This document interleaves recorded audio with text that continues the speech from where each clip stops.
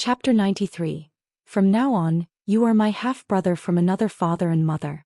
Moreover, the loose cultivators who collaborated with the Lu family's spiritual talisman shop were mostly fixed, so it was enough to inspect a portion of the goods each provided. Lu Miaoge explained the inspection standards for the goods to Lu Chongxing. For instance, with talisman inspections, first and foremost, the quality of the talisman paper couldn't be too poor. Then the sketch talisman lines should flow smoothly at first glance, without any bumps or scrapes, and finally, the spiritual power within should circulate unimpeded. Talismans could be used as soon as they were made. However, there would be a 10 to 20% difference in effectiveness due to the quality of materials, the lines, and the spiritual power. Previously, when Lu Chongxing brought his talismans to the spiritual talisman shop to sell, it was because their quality was very good, which is why the sales went so smoothly. As for the talisman paper and spiritual ink, there should not be a single flaw in quality. Having heard this, Lu Chongxing finally understood the shop's standards for goods. He couldn't help thinking about the talismans he had bought from the shop a few days earlier, only to find that one of them was flawed. Was this just his bad luck, a coincidence, or was it a lapse in quality control? Immediately, Lu Chongxing started inspecting more seriously. After all, he was going to be responsible for managing the spiritual talisman shop in a short while. If there were quality issues with the goods under his watch, or if their reputation suffered, that would be problematic. Sister Miaoge, according to the standards, would you say the spiritual power inside this talisman is flowing smoothly? Lu Chongxing, holding a middle-grade talisman in his hands, gently felt the spiritual power coursing within and voiced his inquiry. This one is just on the passing mark. Any worse and we wouldn't accept it. Lu Miaoge said aloud. Hearing this, Lu Chongxing nodded and began to work. The work took the two of them a full 2 days to complete. Chongxing, you've worked hard. If it weren't for your help, it would have taken me 2 or 3 more days to finish the spot checks. Lu Miaoge said with a light smile on her face. It's what I should do. Lu Chongxing smiled and then took out a list and said, these people's goods have issues, so we'll return them. We won't cooperate with them in the future, right? During the 2 days of inspections, they indeed found some talismans, talisman papers, and spiritual inks that failed to meet quality standards. That's right, the main thing about running a shop in the marketplace is reputation. If there are too many issues with the goods, a bad reputation will essentially ruin the shop. That's why strict quality control in this area is a must. Lu Miaoge nodded her head with a serious tone. Okay, they'll make sure to control this aspect well. Lu Chongxing naturally understood this principle too. They say that becoming an official or getting rich means making enemies in the same trade, and rivals within the same industry harbor nothing but naked hatred for each other. With so many spiritual talisman shops in the Nine Dragons market, competition is fierce. The Lu family's spiritual talisman shop had not reached its current state easily. If any issues arose, other talisman shops would definitely pile on, and the business could plummet drastically. Uncle Zhang, I've finished inspecting the goods. These few suppliers have a low rate of quality goods. Return all their items and cease future cooperation. Lu Chongxing, holding a list, said to Zhang Shan. Yes, second master.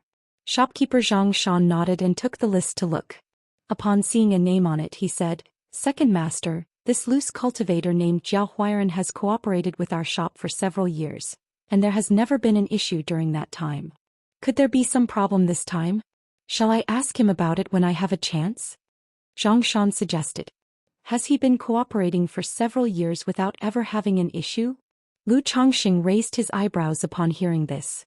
Yes, ever since the first master took over the shop, Zhou Xian has been working with us without any problems, and the quality has always been good. Zhang Shan said evenly.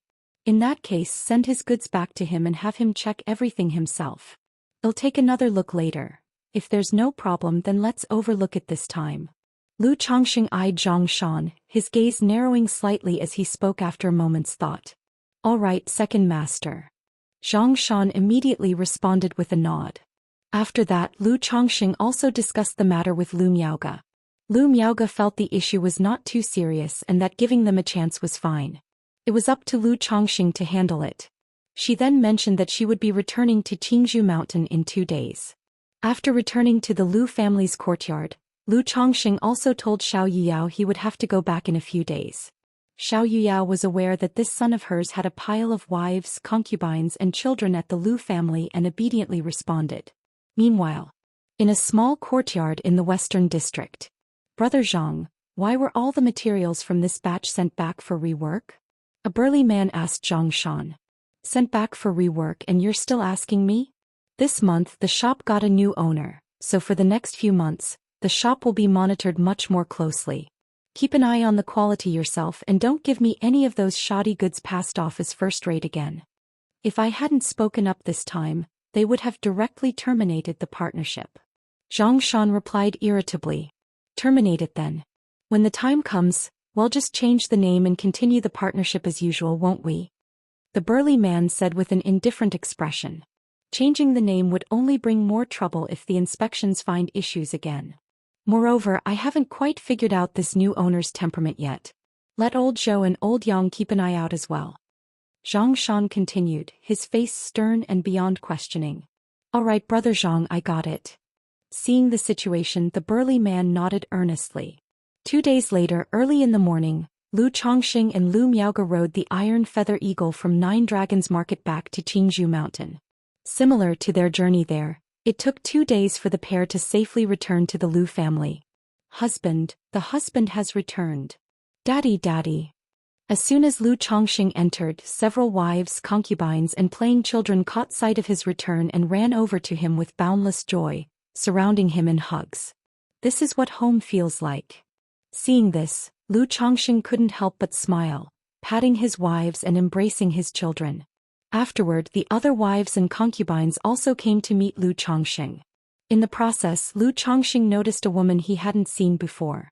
This woman, appearing to be 17 or 18 years old, had a demeanor of refined grace and seemed somewhat shy. Later on, through Lu Miao's explanation, he learned that this woman was named Guan Exin. She was sent over by Hong Yi not long ago when he came to Qingzhou Mountain to trade talismans and possessed an 8th grade spiritual root. At this point, Lu Miaoyun pouted slightly and coquettishly said that Lu Chongxing having them was not enough, and insisted that he had others find women for him outside. Hearing this, Lu Chongxing immediately envisioned the scene. Lu Miaoyun, pregnant, had gone to trade talismans on his behalf, and as a result, Hong Yi sent him a young girl. Under such circumstances, it was normal for Lu Miaoyun as his principal wife, to show a bit of temper. He immediately soothed her, assuring her that he truly had no idea, and was unaware of this development. After Jiu'er and Shu'er, he had told Hong Yi not to engage in such activities anymore. He stated that if he had been there he would have definitely declined. He then showered her with sweet talk, praising Lu Miao's conduct as a leading wife and declaring her to be an exemplary helpmate to him. Of course he said what he said, but in his heart it was Hong Yi, what a good brother. In secular society, finding someone with a spiritual root was not easy, let alone a young woman in her prime years. Now that Hong Yi had found one and sent her to him, he was truly like a brother, though not by blood. Lu Chongxing also thought that he could now start selling some middle-grade talismans to Hong Yi. On the one hand, it would increase his income. On the other hand, it was a way to give Hong Yi some benefits. After all, Hong Yi had treated him so well like a brother, so he could not fail to reciprocate. Later, Lu Chongxing chatted with Guan Exin, inquiring about her family situation and whether she came of her own will, ensuring she hadn't been coerced in any way. She conveyed that her family was an ordinary family of 5 and she had willingly sold herself to the Rui Marquis mansion to serve the Celestial Master. Hearing this, Lu Chongxing was relieved. A gentleman adores the fair sex but always acts in an upright manner. His bottom line, Lu's own, was not to coerce anyone and to avoid any possible trouble. Chapter 94. Alright, I was wrong, okay? And for one, there's a saying that absence makes the heart grow fonder. That night, after successive intense battles, there was much tossing and turning. The passion of the process, sweet and lingering, was not for others to know. Due to this trip home, I'd only be staying for 3 days. So, during these 3 days, Lu Chongxing didn't do much cultivation or talisman making, instead spending all his time with his wives and children. In the meantime, Lu Chongxing also mentioned to Lu Miaoyun that had bought a maid while at Nine Dragons Market. There was nothing to hide about such matters. His wives would eventually find out once Xiao Yuyao became pregnant. Lu Miaoyun, knowing her husband's temperament all too well, didn't mind too much and didn't make much of it. After all, when she agreed to marry Lu Chongqing, she was already mentally prepared for this aspect. She simply showed concern, asking with full attention how Lu Changsheng's life had been at Nine Dragons Market, and whether he had been well. Warmed by his little wife's concern, Lu Chongqing expressed that aside from missing his family, everything else was fine. Later, Lu Chongqing also went to visit the fourth elder and received guidance on talisman making. During this, the fourth elder also showed concern and inquired about his adaptation to life in Nine Dragons Market. Lu Chongqing naturally said there were no problems. Then on the way back he stopped by the fifth elder's place and bought a batch of spiritual wine. Thus the 3 days passed in the blink of an eye. Lu Chongqing and Lu Miaoge were ready to start their journey back to Nine Dragons Market. His 25th child was about to be born in the coming days. But Lu Chongqing didn't wait at home for the birth of the child before leaving. This situation would arise again in the future and he couldn't always be by their side. Everything has its first time. On the journey back to Nine Dragons Market, Lu Changsheng's iron feather eagle was joined by a maid named Xiaoqing. Taking Xiaoqing to Nine Dragons Market was partly because Lu Miaoyun had mentioned it earlier, asking him to bring Xiaoqing over. Moreover, having babies couldn't be halted and Xiao Yiyao alone was not enough by his side. If not for the inconvenience of the iron feather eagle carrying too many people, Lu Chongqing would have also liked to bring Guan Xin to Nine Dragons Market. However, he wasn't in a hurry as it would be the same if he brought her over the next month. Because he brought Xiaoqing, the journey took half a day longer than before. Also, as Xiaoqing wasn't protected by a magical robe, she consumed 3 of Lu Changsheng's wind-avoiding talismans while traveling through the clouds on the iron feather eagle. If Lu Chongqing didn't have an abundance of talismans and didn't mind the cost, just those 3 talismans would have cost 6 spirit stones, which was a significant expense. Upon entering the city, Lu Chongqing also got a long-term identity card for Xiaoqing. He couldn't help thinking to himself that bringing people to live in the marketplace also entailed quite an expense. When he brought Xiaoqing back to the Lu family compound, Lu Chongqing encountered Lu Miaohuan. The latter huffed with disdain and scorn written all over her face. This made Lu Chongqing somewhat displeased. Now and then your occasional snorts are fine. But do you have to huff with disdain every time we meet? Despite being the dream of untold numbers of fairies in the future, I'm still so unwelcome? Moreover, at the initial arranged meeting, although I was at fault, it was your excessive demands of not allowing a husband to take other wives or concubines that led me to refuse. If not for that, with your face, your figure, your legs and your 6th grade spiritual root, if you were even half as good-natured as Lu Miaoyun, I feel I might have agreed. Second miss, are you sure there's nothing wrong with your health? Every time I see you, you're frowning and huffing. If something really is wrong, you should get it checked out soon or it might get worse. Lu Chongqing glanced at the second miss and said with a touch of annoyance. After speaking, he took Xiaoqing back to his own courtyard. Lu Miaohuan didn't expect that after so long, not only did Lu Chongqing not apologize to her, but he also made sarcastic remarks, which left her feeling upset. She said coldly, I'm in perfectly good health. I just dislike you. Is that a problem? Her voice was still clear and beautiful. Hearing the second miss speak so frankly and righteously, Lu Chongqing was momentarily at a loss for words. Looking at Lu Miaohuan's icy, indignant yet still exquisite face, Lu Chongqing couldn't help but respond, then don't look. I will look if I want to. Do you think you can stop me? Lu Miaohuan's face puffed up with anger, her delicate chin lifted, a picture of cold and noble beauty. I can't stop you. If you insist on making yourself miserable, then by all means continue feeling upset. Lu Chongqing said, shaking his head as he walked away. Lu Chongqing, you stop right there. Seeing Lu Changsheng's stance, the expression on Lu Miaohuan's delicate face inflated like a pufferfish. You're the one who has an issue with me. Why are you telling me to stop? Do you want to make yourself suffer? Lu Chongqing paused mid-step and looked sideways. What kind of attitude is that? Lu Miaohuan's face turned frosty as her chest heaved with indignation. Alright, okay, I was wrong, I'm wrong, happy now? Lu Changsheng's face was full of insincerity, uttering words that could infuriate anyone. What do you mean by I was wrong, happy now? It was clearly your fault. Is this how you apologize? Lu Miaohuan became increasingly agitated upon seeing Lu Changsheng's demeanor. An inexplicable fury surged within her, making her feel extremely annoyed. As Lu Chongqing observed her posture and temperament, he was reminded that the second miss was spoiled with a temperamental nature. Concepts such as interpersonal relations and social graces were non-existent in her. Not wanting to argue or fight with her, he turned around, bowed slightly and earnestly said, "All right, it's my fault. I sincerely apologize to Second Mississippi. Please forgive me." Seeing Lu Changsheng's earnest apology, Lu Miaohuan's puffed cheeks deflated, her lips pursed, and with a huff she walked away with high heels clicking, the epitome of a cold and noble beauty. Chapter 95. All right, I was wrong, okay? Lu Chongqing witnessed this scene and couldn't help being speechless. How is the second miss behaving like a child? The first miss, although appearing otherworldly, actually has a high EQ and handles interpersonal relationships very well. Lu Chongqing couldn't help shaking his head.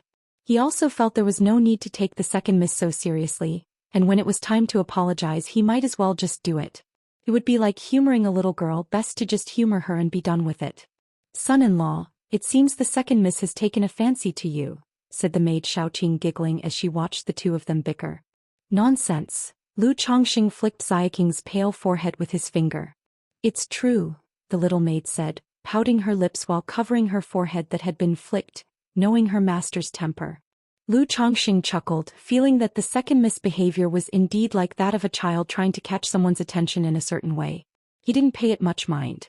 After all, if the second miss really took an interest in him, wanting to marry him, he would find it hard to accommodate, not having the energy to pamper her.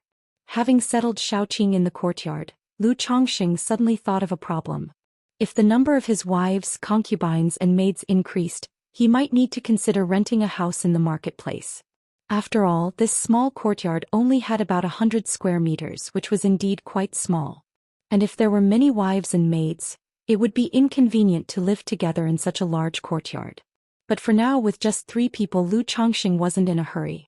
He planned to rent a house in Nine Dragons Market once there were a few more people. In the blink of an eye, half a month had passed.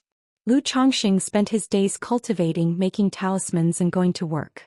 Sometimes he'd go shopping with the little maid, and would occasionally invite the first miss to eat out. Life was quite leisurely and comfortable. One day Lu Miaoqing came to find Lu Chongqing again. Lu Chongqing thought he was coming to repay the money.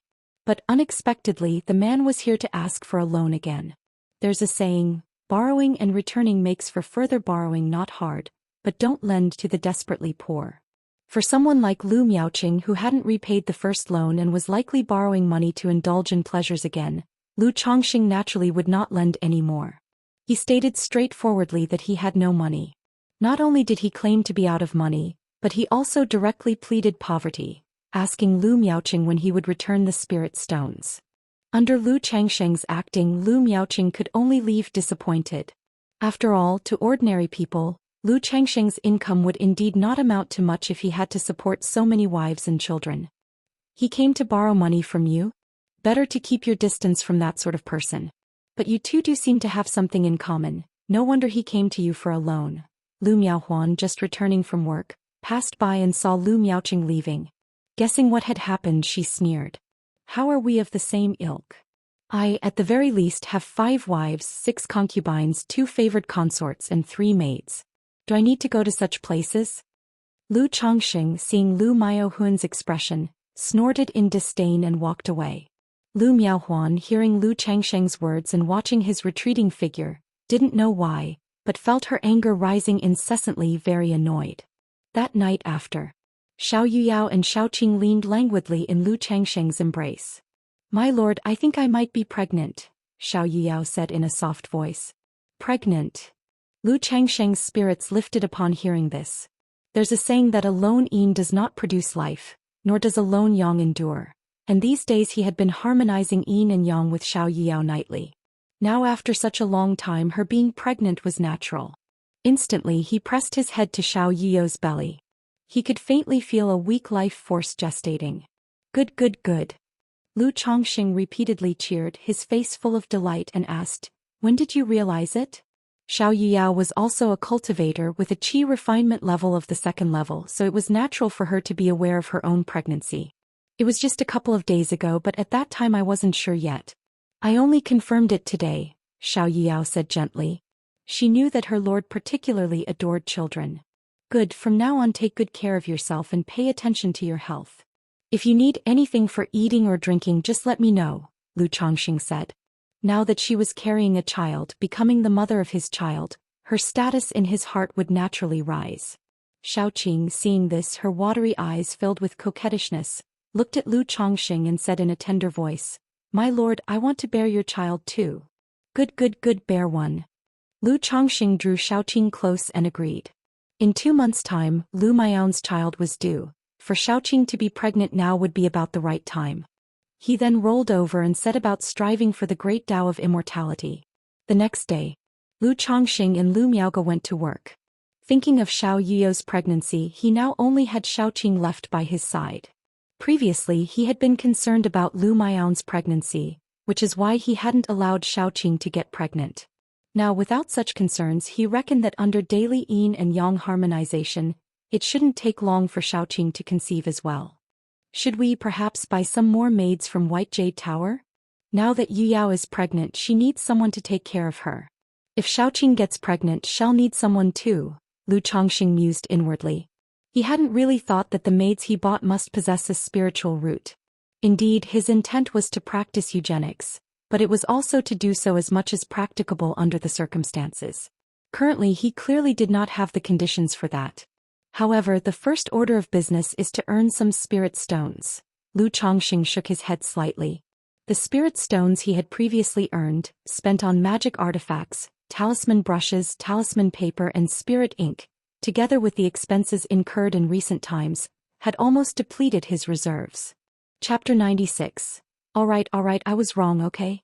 So, even if he were to buy ordinary maids without a spiritual root, the money he had would hardly suffice.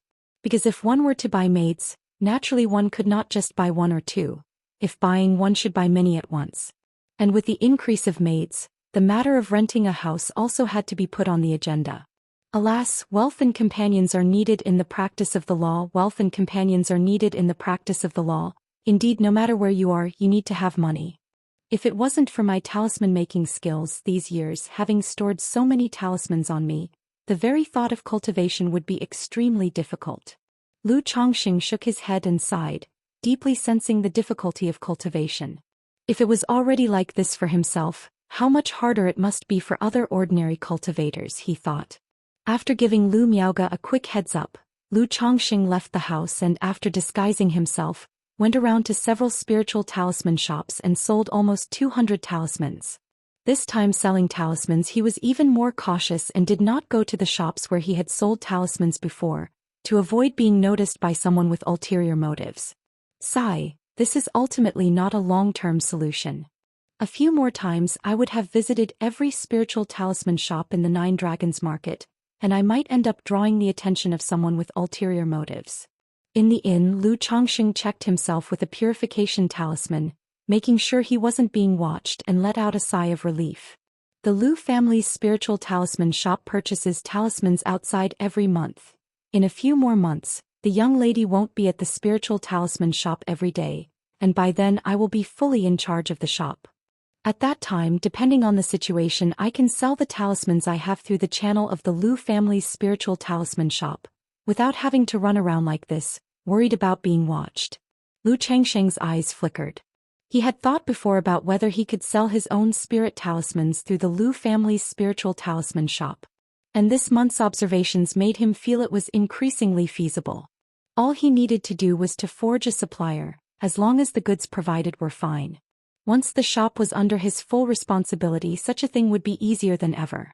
That night, Lu Chongqing also asked Xiaoqing to find out about the housing prices and rental situation in the 9 Dragons Market and planned to rent a 400 to 500 square meter house. For the location of the house, he told Xiaoqing to look in the eastern and northern districts and not to go to the western district. The western district was the gathering place for loose cultivators. Not only was it far, but it was also a mixture of good and bad, and there might be unexpected dangers. So it wouldn't matter even if it cost a bit more money. Even though the northern district was a commercial and entertainment district, belonging to the bustling city, there were still many houses for rent. It's just that the cost-effectiveness wasn't very high. considering the northern district was mainly to be as close as possible to the spiritual talisman shop for convenience. This would not only save him the daily commute time but also make explanations to the Lu family simpler. 2 days later, Xiaoqing showed Lu Chongxing several houses to pick from. Looking at the conditions and prices of these houses, Lu Chongxing also gained an understanding of the housing prices in the Nine Dragons market.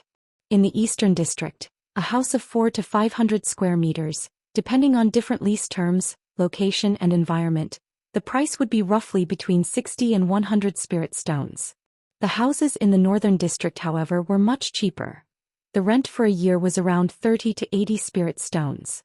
After looking at the houses Xiaoqing had picked out, Lu Chongxing immediately made a decision. He chose a house in the northern district, not far from the spiritual talisman shop. The walk was almost 15 minutes. The house was about 400 square meters and the minimum lease term was 5 years. The annual rent was 50 spirit stones, which could be paid yearly, and 1 year's rent would be required as a deposit. After deciding to rent the house, Lu Chongxing mentioned the matter to Lu Miaoge that same night and also informed the second elder. After all, it wouldn't seem right to just rent a house and move out without saying a word when he was living comfortably in the area. And he had a ready-made reason.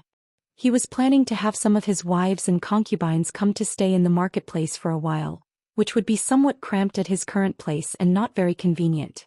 Moreover, he didn't want to walk back and forth every day, so he decided to rent a house near the spiritual talisman shop, which would make things much more convenient on a daily basis.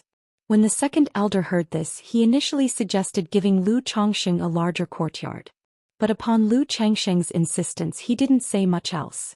He only asked briefly whether Lu Chongxing had rented yet and if he had found a suitable house, offering to have someone help take a look. Lu Chongxing stated that he hadn't rented yet but had seen some and had a few in mind, and he showed his choices to the second elder. After looking them over, the latter saw no issues, but merely advised Lu Chongxing to come and visit more often. The very next day, Lu Chongxing went to the housing store management center established by Qingyun sect, paid 100 spirit stones, and signed a rental spiritual contract. During the lease period, he had the right to enter and reside in the marketplace without the need to pay the city entrance fee or process an identity card. Moreover, according to the size of the house, he also obtained 3 additional free residency spots. Having such a large house but only 3 free residency spots made Lu Chongxing shake his head in disdain at their stinginess. What he found even more ridiculous was that the long-term identity cards that he had processed for himself and Xiaoqing were non-refundable, and he couldn't get any spirit stones back. After completing the house rental, Lu Chongxing once again visited the White Jade Tower to purchase maids. What surprised him was that even the ordinary maids at White Jade Tower were so expensive. Even those without a spiritual root cost several spirit stones each, and the more expensive ones could cost dozens or even hundreds. With Feng Jianyang's explanation, he understood why even ordinary maids were so costly. One reason was the brand reputation of White Jade Tower. It guaranteed absolute assurance in the maid's appearance, figure, and loyalty. Additionally, these maids were trained and educated by White Jade Tower, not only proficient in music, chess, calligraphy, painting, and the pleasures of the boudoir. They were also skilled in martial arts, and even the cultivation techniques they practiced could enhance and solidify one's foundation. For maids without a spiritual root, there were more options available. Essentially, as long as one had the money, White Jade Tower could provide whatever looks, figure, and personality one desired. In the selection, Lu Chongxing also saw exotic female figures like Jiu'er and Shui'er, as well as maidens of the demon race. However, most of these demon race women partially possessed demon bloodlines, which were activated by White Jade Tower through certain methods, giving rise to demonic features.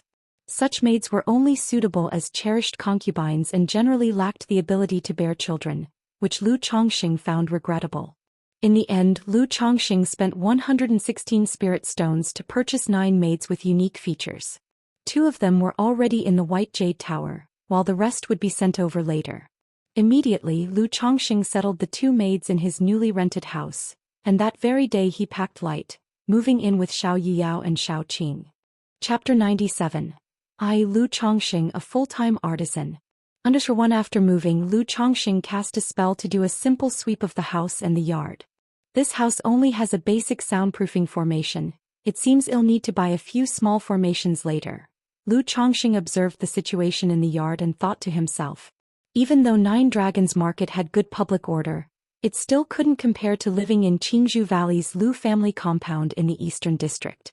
He still needed to be cautious and have some security measures. Otherwise, what would happen if he was not at home and his wives encountered danger while at home? Moreover, these small formations could be taken along and reused after purchasing when moving houses in the future. The next day before going to work, Lu Chongqing gave Xiaoqing 20 spirit stones. He asked her to buy some spirit rice, spirit vegetables and spiritual materials to store at home. Now that he had Xiaoqing, a spirit cooking chef, he could enjoy better quality food. He also asked Xiaoqing to prepare lunch for two and deliver it to the spiritual talisman shop around noon. On his way to the spiritual talisman shop, Lu Chongqing saw an array shop and went in to inquire about the prices of small formations, formation implements and array plates. As for the formation implements, there are formation flags, array plates and formation eyes as part of the set, and the specific cost depends on the area you want to cover. The shopkeeper of the formation shop began to introduce. Subsequently, Lu Chongqing asked how much the formation implements would cost for a yard of around 400 or 500 square meters. There are many types of formations. For this size, the most common first-grade lower-quality formation, the minor misleading array costs 180 spirit stones. As for some stronger formations, it's not enough to just have the formation implements. You also need an array master to set it up and inscribe the array patterns. The shopkeeper, recognizing Lu Chongqing, spoke more, sharing knowledge about formations with him. Upon hearing this, Lu Chongqing involuntarily clicked his tongue in wonder. Just to cover 400 square meters with a first-grade ordinary lower-quality formation implement would cost 180 spirit stones. The price for a complete set of first-grade middle-quality formation implements was around 400 or 500 spirit stones. As for a complete set of first-grade high-quality formation implements, the price was basically 1,000 or more spirit stones. And for complex formations, the cost was even higher because it included the fee for the array master services. Truly, compared to array masters, alchemists and artifact refiners, talisman masters are still a bit lacking. I also wonder if I will be able to draw formation skills in the future? If I could become an array master, then once I am settled down, I won't have to worry about someone breaking into my home. After chatting with the shopkeeper for a while, Lu Chongqing shook his head and left. He didn't have the money now, and even the first-grade lower-quality formation implements were beyond his reach. Moreover, in his opinion, the first-grade lower-quality formation implements were actually somewhat mediocre in effect. At noon, Xiaoqing came to deliver food carrying a lunchbox. When Lu Miaoge found out there was also a portion for her, a smile appeared on her face. Lu Chongqing had Xiaoqing prepare 2 portions, naturally including one for the young miss. After spending some time together, Lu Chongqing knew that Miaoge also had a bit of a foodie trait and liked to eat often. Unfortunately, he himself had no culinary skills.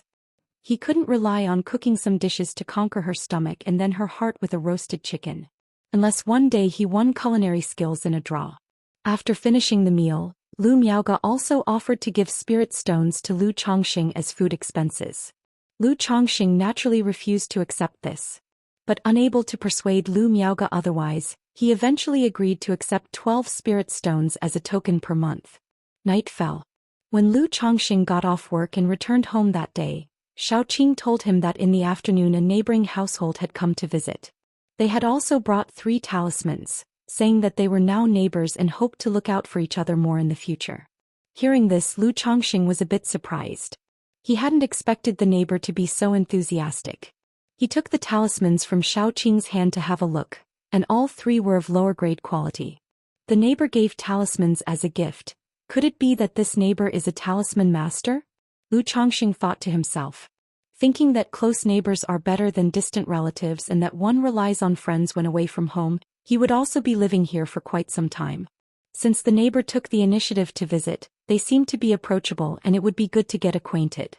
Moreover, maintaining a good relationship with the surrounding neighbors wouldn't be a bad thing. At the very least, he would know what kind of people his neighbors were. Without further ado, Lu Chongqing also prepared a basket of fruit and took out 2 gift boxes containing several talismans to return the visit. Knock knock knock. Lu Chongqing went to knock on the door of the small courtyard to the right. Soon the door creaked open. Who are you looking for, uncle? The door was opened by a little girl around 11 or 12 years old with chubby cheeks, 2 buns tied with ribbons on her head, and wearing a pale blue ruchuan. The little girl was incredibly cute, with long eyelashes fluttering and her clear, distinct eyes looking up at Lu Chongqing as she asked in a crisp voice. "I'm the neighbor who just moved in next door. I've come to visit. Is your family elder at home?" Lu Chongqing asked with a smile tugging at the corner of his mouth. "The neighbor from next door?" Upon hearing this, the little girl tilted her head and then called into the house with a bright voice. "Dad, it's the uncle who moved in next door." Then a man in his 30s with a friendly face and a somewhat plump figure walked out from inside. "I've just moved in next door and having heard that a friend came to visit earlier today, I too wanted to come over and get acquainted," Lu Chongqing said politely as he handed over the basket of fruit. "Oh, it's you, Lu Daoist. I'm Gao He. Please come in," the middle-aged man said with a warm smile, gesturing invitingly in a way that exuded an aura of affability and prosperity. This courtyard was subdivided, covering only about 100 square meters and was not as large as Lu Changsheng's own yard. Chapter 98. Lu Chongqing, a full-time artisan. However, Lu Chongqing did glance over and saw that the household consisted only of Gao He and his daughter, as well as 2 servants, which seemed enough for such a large residence. While chatting, Lu Chongqing learned that the other party was a middle-grade talisman master who sat in residence at a spiritual talisman shop. Once Gao He learned that Lu Chongqing was the owner of the Qingzhou Lu family's spiritual talisman shop, he became noticeably more enthusiastic. He expressed that they could have business dealings in the future. Subsequently, the two also exchanged insights on the art of talisman making. Through the conversation, Lu Chongqing roughly concluded that Gao He was at the intermediate level among middle-grade talisman masters, still some distance away from becoming a superior one. After leaving Gao He's home, Lu Chongqing also took the opportunity to visit the residence across the street. The person who opened the door was an elderly man, a senior servant of the household. Upon hearing Lu Changsheng's intention, he indicated that his master was not in and would only return after the hour of Su each day. Upon hearing this, Lu Chongqing apologized for the disturbance and said he would visit again another time. Then he knocked on the door on the left to pay a visit there. "Who might you be?" The door was opened by a softly featured lady in her 30s, plump yet graceful in figure. Her skin was as white as snow, her eyebrows like emerald feathers, her nose like a distant mountain, and her lips were as rosy as blossoms, with her jet-black hair coiled up into a bun. She was draped in a light blue dress with a slim waist tightly cinched by a belt, revealing a proud and curvaceous body. A gentle smile graced her lips, emanating a mature charm unique to a beautiful matron. "My name is Lu Chongqing. I've just moved in next door, so I've taken the liberty to come and introduce myself." Lu Chongqing, with a genial face and a smile, bowed slightly with his hands clasped and presented a gift box containing talismans. Inside were 3 low-grade talismans and 1 middle-grade talisman. After all, a small gift for a new acquaintance need not be too valuable. "So it's Daoist Lu. Please come in." Upon hearing this, the matron invited Lu Chongqing into the courtyard, served tea and water and called out her husband to greet him. Her husband was a man in his 40s, tall and brawny. This man was entirely different from the genial Gao He, being somewhat taciturn. In his presence, Lu Chongqing even sensed a somewhat fierce aura, feeling that this person was not easy to approach. After a brief conversation, Lu Chongqing took his leave, mentioning he would be available for future talisman purchases. The man introduced himself as Zhao, who made his living by hunting demon beasts. He told Lu Chongqing that if he ever wished to buy demon beast meat he could come to him. After paying his visits to the 3 neighboring families to the left and right, Lu Chongqing returned to his own residence. After a bath, he called upon Shao Qing and 2 maids, determined to strive for immortality. The next day, just as Lu Chongqing was preparing to leave, he heard a knock at the door. Upon opening, he saw a man with a tall stature and a refined appearance of middle age. It was his neighbor from across the way who, having heard of Lu Changsheng's visit yesterday and noticing some activity this morning, took the opportunity to return the visit while at home. The neighbor knew him and was aware that he was the new owner of the Lu family's spiritual talisman shop. Through his self-introduction, Lu Chongqing realized that this was the owner of the Jade Meal Hall, whom he had noted several times before. probably a born businessman, the owner of the Jade Meal Hall, was also very amicable. He suggested they should interact more in the future, offering discounts whenever Lu Chongqing dined at the Jade Meal Hall. Lu Chongqing, too, was the type of person who responded amiably when others spoke kindly to him. After exchanging pleasantries with the man, he finally set off. He thought to himself that among the 3 neighboring families, aside from the somewhat fierce family on the left, the others seemed rather nice. Time flew, and before he knew it, the end of the month was almost upon him. Zhou Xian brought the inventory and list of goods purchased during the month for Lu Chongqing and Lu Miaoge to spot check. It took 2 days for the two of them to finish inspecting the goods. As before, they found some defective and flawed items, but not too many. This prompted Lu Chongqing to inquire if Lu Miaoge's suppliers for the shop weren't long-term partners, why there were always some defective and flawed items in every shipment. Faced with this question, Lu Miaoge merely said that although they were long-term collaborators, only some were fixed and long-term. There were sometimes changes, necessitating the search for new suppliers. Hearing this, Lu Chongqing nodded in understanding. He recognized that the Lu family's supply chain was not entirely stable. Thus, quality issues like this were simply unavoidable. Thinking ahead to 2 months from now, when Lu Miaoge would no longer be around to help, Lu Chongqing felt a headache coming on. After all, inspecting goods was truly a tedious and grueling task. Once they had completed their checks and handed the confirmed list to Zhou Xian, Lu Chongqing also agreed with Lu Miaoge to return to Qingzhou Mountain in 2 days' time. 2 days later, Lu Chongqing and Lu Miaoge rode the Iron Feather Eagle back to Qingzhou Mountain. Xiaoqing naturally stayed in Nine Dragons Market, as she could not be expected to follow him around. When he was to return to Nine Dragons Market, he would bring Xian with him too, and with more people it would be inconvenient. The two had a smooth journey back to Qingzhou Mountain. Upon returning home, Lu Chongqing learned that his 25th child had been born. And on the 3rd day after his return, his 26th child was also born. No unexpected surprises occurred. Both children were born without a spiritual root. Lu Chongqing took this fact in stride. There was still a month's time before Lu Miaoyun was due to give birth. Lu Chongqing had some expectations and paid special attention to the child in Lu Miaoyun's womb. He even thought to himself that perhaps he should stay in Qingzhou Mountain this month to wait for Lu Miaoyun to give birth and see the child before leaving. However, considering that a month after Lu Miaoyun's delivery, it would be time for Chu Zhenshan's child to be born, he couldn't very well wait for one and not the other. Chapter 99. I, Lu Chongqing, a full-time artisan. This matter is not about scarcity but about uneven distribution. If everyone waits, I feel like there's no need for me to go out at all. In the end, Lu Chongqing decided to spend the next few days in close companionship. Then, estimating the time, he planned to come home early and stay a few extra days. It could also be considered a special privilege for his wife. During these 3 days at home, Lu Chongqing still spent time with his wives and daughters, hardly cultivating or making talismans. This time, going to listen to the 4th elder's talisman instruction, the 4th elder also handed over the talismans for the monthly shop restocking directly to Lu Chongqing. The number of talismans wasn't large, consisting of 3 supreme talismans, 30 superior grade talismans, and 30 middle grade talismans. This made Lu Chongqing secretly wonder if the 4th elder drew only 1 superior grade and 1 middle grade talisman each day. However, he also remembered that the Lu family had several shops in other marketplaces, and the 4th elder probably needed to supply a portion of the talismans there as well. In the blink of an eye, 3 days passed and Lu Chongqing took Lu Miaoge back to Nine Dragons Market. Seeing Lu Chongqing return with Xian, Lu Miaoge sighed softly. After all, just last month she had told Lu Chongqing that cultivation level and strength are fundamental. Lu Chongqing at that time also firmly agreed. But it hadn't been long since then, and not only did he buy a maid at Nine Dragons Market, but he also brought another maid from home. Nevertheless, she wasn't one to talk too much.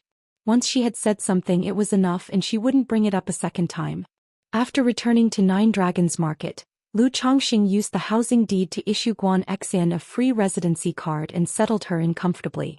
He instructed her to communicate with Xiaoqing about anything she needed. Now in this place, Xiaoqing was mainly in charge. In the time that followed, Lu Chongqing resumed his comfortable life of daily cultivation, talisman making, childbearing, and going to and from work. During this period, Gao He came over to chat and exchange insights on the talisman path with Lu Chongqing. For someone as amiable as Gao He, Lu Chongqing was naturally polite, chatting over tea for half an hour and enriching Gao He's understanding considerably. 10 days later, Lu Chongqing learned that Xiaoqing was pregnant. He was extremely joyful at this news. After all, Xiaoqing possessed a 9th-grade spiritual root, which greatly increased the chances of having a child with a spiritual root. But then a faint worry emerged in his heart. Whenever there was something to be done, he had always relied on Xiaoqing. Now that Xiaoqing was pregnant, it wasn't good to have her bustling about anymore. Thinking that anybody capable of working by his side would soon be pregnant and unable to work, he realized that he would never have someone stable by his side to handle tasks. I need to find someone specifically to do the work, to be the steward of this courtyard, Lu Chongqing thought to himself. His mind suddenly turned to the beast-eared girls of White Jade Tower. These beast-eared girls were cultivated by White Jade Tower through special methods and secret techniques, rendering them barren. Purchasing one as a steward seemed like a good idea. However, these beast-eared girls were quite expensive. They typically cost several tens of spirit stones, easily exceeding 100 spirit stones. A suitable one for his liking would no doubt cost over 100 spirit stones. To spend over 100 spirit stones on a beast-eared girl seemed too wasteful to Lu Chongqing, especially since he was in urgent need of spirit stones at the moment. No, that's not right. I'm not a stud horse, nor is it that women in my yard must become pregnant. If I arrange for 2 maids specifically to do the work and ensure they don't become pregnant, that should do. Lu Chongqing came back to his senses, somewhat speechless at his previous thoughts, feeling that he had fallen into a mental trap thinking about childbearing day after day. As a cultivator, he might not be able to guarantee that a woman would become pregnant. But ensuring that a woman doesn't become pregnant was still within his capabilities. Remembering that he still had 7 maids at White Jade Tower yet to be sent to him, he anticipated they would arrive soon. Lu Chongqing decided to pick 2 of them to be in charge of household affairs when they arrived. The next day, Gao He came over again to chat and exchange insights on the talisman path with Lu Chongqing. This made Lu Chongqing shake his head in amusement. In his opinion, as neighbors, this sort of thing should just be an occasional conversation. If they really wanted to talk, there wasn't much to talk about in this area. Mainly because the 2 were not on the same level. Discussing the talisman path with Gao, he was like a professor discussing elementary school homework with a grade school student. However, he also knew that it was his own insightful performances during their past conversations that had led to Gao He's improvements in the talisman path, which is why he kept coming back. This time, Lu Chongqing was careful to appear comparatively more ordinary. One reason was to discourage Gao He from constantly coming to him to talk about the talisman path, and another was that he couldn't show off too much since he was outwardly just a middle-grade talisman master. In the course of their chat, Lu Chongqing also inquired about the business model and daily operations of Gao He's spiritual talisman shop, to see if there was anything he could learn for himself. Gao He didn't conceal anything and shared the truth. The spiritual talisman shop he presided over was quite similar in business model to the Lu family's spiritual talisman shop, only lacking in supply, quality control and variety of talismans compared to the Lu family's shop. Lu Chongqing nodded slightly, gaining a basic understanding. In fact, whether it's a spirit talisman shop, an elixir medicines shop, a magic artifact shop, or a formation shop, etc., as long as you have the strength, your business won't do poorly. It can certainly thrive. For the Lu family's spiritual talisman shop, in addition to the renown of Qing Zhu and the Lu family, the core competitive power lies in the 4th Elder's 3 supreme talismans and 30 superior grade talismans. As long as I keep up the prize draws, maybe I can become a full-time craftsman.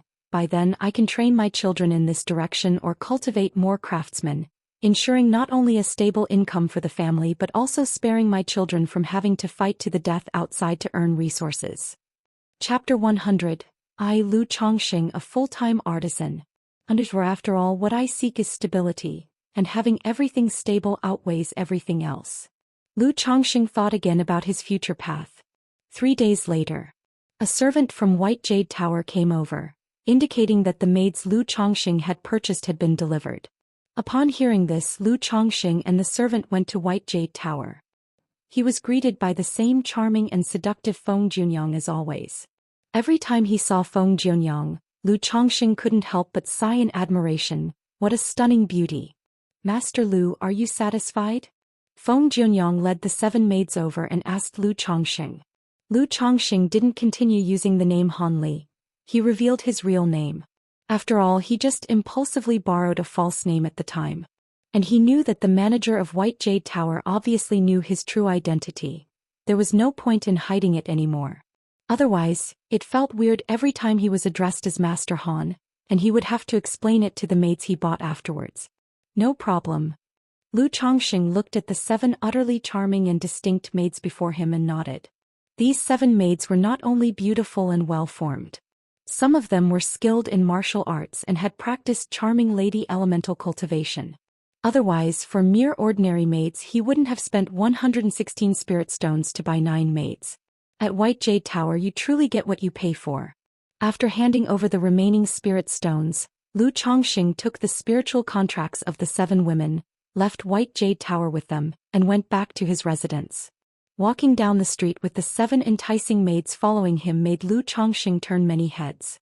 Who is that young master? To be out and about with 7 charming lasses. Don't know him, he must be a young master from some family. Seems to be the new boss of the Qingzhou Lu family spirit talisman shop? That's the life I dream of. They're just ordinary mortal women. I could have as many of such women as I want. Look at their appearance, figure and demeanor. They're obviously not average worldly women. I just saw him come out of White Jade Tower, must have bought them there. To be rich, how nice. Indulging in pleasure and women, how can one cultivate in such a state? Exactly, this is nothing but decadent behavior. Passers-by looked at Lu Chongqing with envy and jealousy, disdain, or measured up Lu Chongqing with different expressions. Many women also gave Lu Chongqing sidelong glances, and upon seeing his handsome face, tall and straight stature, and his composed and gentle demeanor, their eyes lit up with interest. Some female cultivators even mustered the courage to approach Lu Chongqing and struck up a conversation, asking whether he was married or if he had any intentions of taking a wife. Faced with such forward propositions, although Lu Chongqing was somewhat tempted, he declined them all. He stated he was already married and had no intentions of taking another wife at this time, though he might consider concubines and maids. His caution wasn't just personal prudence towards marriage. He also had considerations towards the Lu family. In his view, taking a few concubines and buying some maids to serve him was one thing. But constantly taking new wives would be disrespectful towards Lu Miaoyun and the Lu family. After all, it had been less than a year since he married Lu Miaoyun. Shortly thereafter, Lu Chongqing quickly returned home with the 7 women. Looks like in the future when buying maids from White Jade Tower, I'll either bring them back in batches or have White Jade Tower deliver them directly to my home. Otherwise, this kind of situation is a bit too conspicuous. Not only does it feel like being watched like a monkey, but it could even lead to being targeted as a fat sheep. Back home, Lu Chongqing reflected inwardly. Regarding the envious glances and propositions from the passers-by on the road, he didn't feel any bit of swagger. Instead, he felt uneasy, worried about becoming a target. Little Qing, Xiao Yuyao and Guan Exin, seeing their young master bringing back 7 delightful maids all at once, didn't know what to say for a moment. But remembering Lu Changsheng's abundant energy at night, they soon came to terms with it. Knowing that before long, all 7 would likely be pregnant. From now on you'll be called Yilian, you'll be called Hongmian, you'll be called Zimei, you'll be called Songlan. And at this moment Lu Chongqing began naming his newly arrived 7 maids. The previous 2 maids he had named Haitang and Bai He, so he thought it would be good to unify the names. Yes, master. These maids were all very sensible. That night, Lu Chongqing also began to understand and experience the exceptional treasures that Lu Miaoqing once mentioned. Chapter 101. Dare 2 mere energy refinement late-stage cultivators to ambush me? Underzon. Sister Miaoga, Miaoyun might give birth in a few days, so I plan to leave for Qingzhou Mountain today. That day Lu Chongqing went to the spiritual talisman shop and said to Lu Miaoga. He had already discussed this matter with Lu Miaoga before, planning to go back these 2 months in advance, to try to be there when Lu Miaoyun and Chu Zenshin's child is born. Alright, be careful on your way, I'll keep an eye on the shop here. Hearing this, Lu Miaoga nodded slightly and spoke softly. After saying farewell to Lu Miaoga, Lu Chongqing left 9 Dragons Marketplace alone, mounted the Iron Feather Eagle and embarked on his journey to Qingzhou Mountain. Just as Lu Chongqing was exiting the gates of Nine Dragons Marketplace, at a restaurant nearby, a lean middle-aged man revealed a trace of unusual brightness in his eyes and took out a transmission talisman from his person. High above the clouds, an Iron Feather Eagle soared. Could it be that something unexpected will happen on my way home alone? Sitting cross-legged on the Iron Feather Eagle, Lu Chongqing couldn't help but worry. It was all right when he was with Lu Miaoge. It was only his first trip to Nine Dragons Market that he worried about potential mishaps. But after 2 round trips he felt much better. Suddenly traveling alone now made him feel a bit uneasy again. Sigh, I really am a person who fears death and lacks a sense of security. Even with 34 superior grade talismans, 1 supreme talisman and a talisman treasure on me, I still feel insecure. Lu Chongqing shook his head slightly with a clear understanding of himself. After the Iron Feather Eagle flew for half a day, the unease in Lu Chongqing's heart calmed down a lot. He thought, how could there be so many dangers? However, just at that moment, Screech, the Iron Feather Eagle soaring through the clouds, seemed to be stimulated by something, letting out a sharp and noisy cry. It made Lu Chongqing, who was sitting quietly on its back, feel his heart leap. Before he could understand what was happening, the Iron Feather Eagle spread its wings and dove towards a mountain peak below. What's going on? Lu Chongqing quickly grabbed the Iron Feather Eagle's feathers to avoid being thrown off and took out the Beast Control token. Through the Beast Control token he could sense an anxious and restless emotion coming from the Iron Feather Eagle. As if something on the mountain peak ahead was luring it. Could it be that there's some rare treasure or spirit fruit maturing on that mountain peak? Lu Chongqing's first thought was that. However, he didn't entertain such thoughts. Because it is recorded in the books that when most rare treasures and exotic fruits mature, powerful demon beasts will be guarding them. It wasn't something he, a mere 4th-level Qi refinement weakling, could contemplate. Lu Chongqing didn't think any further. He immediately used the Beast Control token to soothe the Iron Feather Eagle and commanded it to continue flying on the path.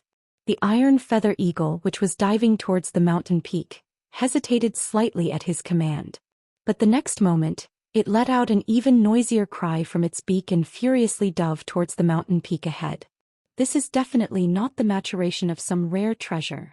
The Iron Feather Eagle, having been tamed, would normally never disobey an order and go out of control under normal circumstances. Lu Chongqing's face darkened, holding tightly to the Iron Feather Eagle, realizing something was not quite right. But facing this situation he didn't know how to handle the emergency. As the Iron Feather Eagle got closer and closer to the mountain peak, suddenly, swoosh swoosh, 2 sounds of slicing through the air rang out. Lu Chongqing immediately saw 2 sword lights shooting towards him like rainbows. The cold gleam of sword qi breathed in and out in the air, emitting a buzzing sound that intimidated the soul. Not good. In that moment, even if Lu Chongqing was slow to react, he realized that he was being ambushed. He understood why the Iron Feather Eagle had suddenly gone out of control. Without waiting to think more, 2 flying swords were already coming at him, one before the other. Clang! Clang! When the 2 flying swords neared his body, he saw a green qi barrier appearing around him, accompanied by the rustling sound of his magical robe fluttering, and a pale light from the spirit pendant on his chest, forming a water blue shield, stopping the 2 flying swords outside. These were the passive body protecting techniques of his robe's magic artifact and the spirit pendant. However, under the onslaught of the flying swords, both protective techniques dimmed considerably. Lu Chongqing's face darkened. Without time to be scared or hesitate, he immediately took out a talisman from his storage bag. He used a flying ascension talisman and a golden light barrier talisman on himself, causing the wind to rise under his feet and a sense of lightness to envelop him, allowing for brief flight, and a thick layer of golden bell enveloped him. Clang! Clang! The 2 sharp rainbow-like flying swords struck at Lu Chongqing again, colliding with the bell and producing 2 sonorous metallic sounds. Even with the protection of the golden bell shield talisman, Lu Chongqing felt a great force shock his body. But the shock didn't harm him. It merely made him somewhat unsteady on the back of the Iron Feather Eagle. Escape. Without hesitation, Lu Chongqing, aided by the flying ascension talisman, leaped into the air from the back of the Iron Feather Eagle and fled in the opposite direction. Now that he knew someone was setting him up, he also roughly guessed why the Iron Feather Eagle lost control and was frantically diving towards the mountain peak. It was certainly not because of some exotic fruit maturing. It was a demon-attracting fragrance. A kind of incense made specifically for demon beasts. It was capable of attracting demon beasts, making those with little spiritual intelligence be instinctively drawn by it, filled with wildness. Many hunters and cultivators would use demon-attracting fragrance to lure and hunt demon beasts. The way the Iron Feather Eagle was behaving, it was most likely affected by the demon-attracting fragrance.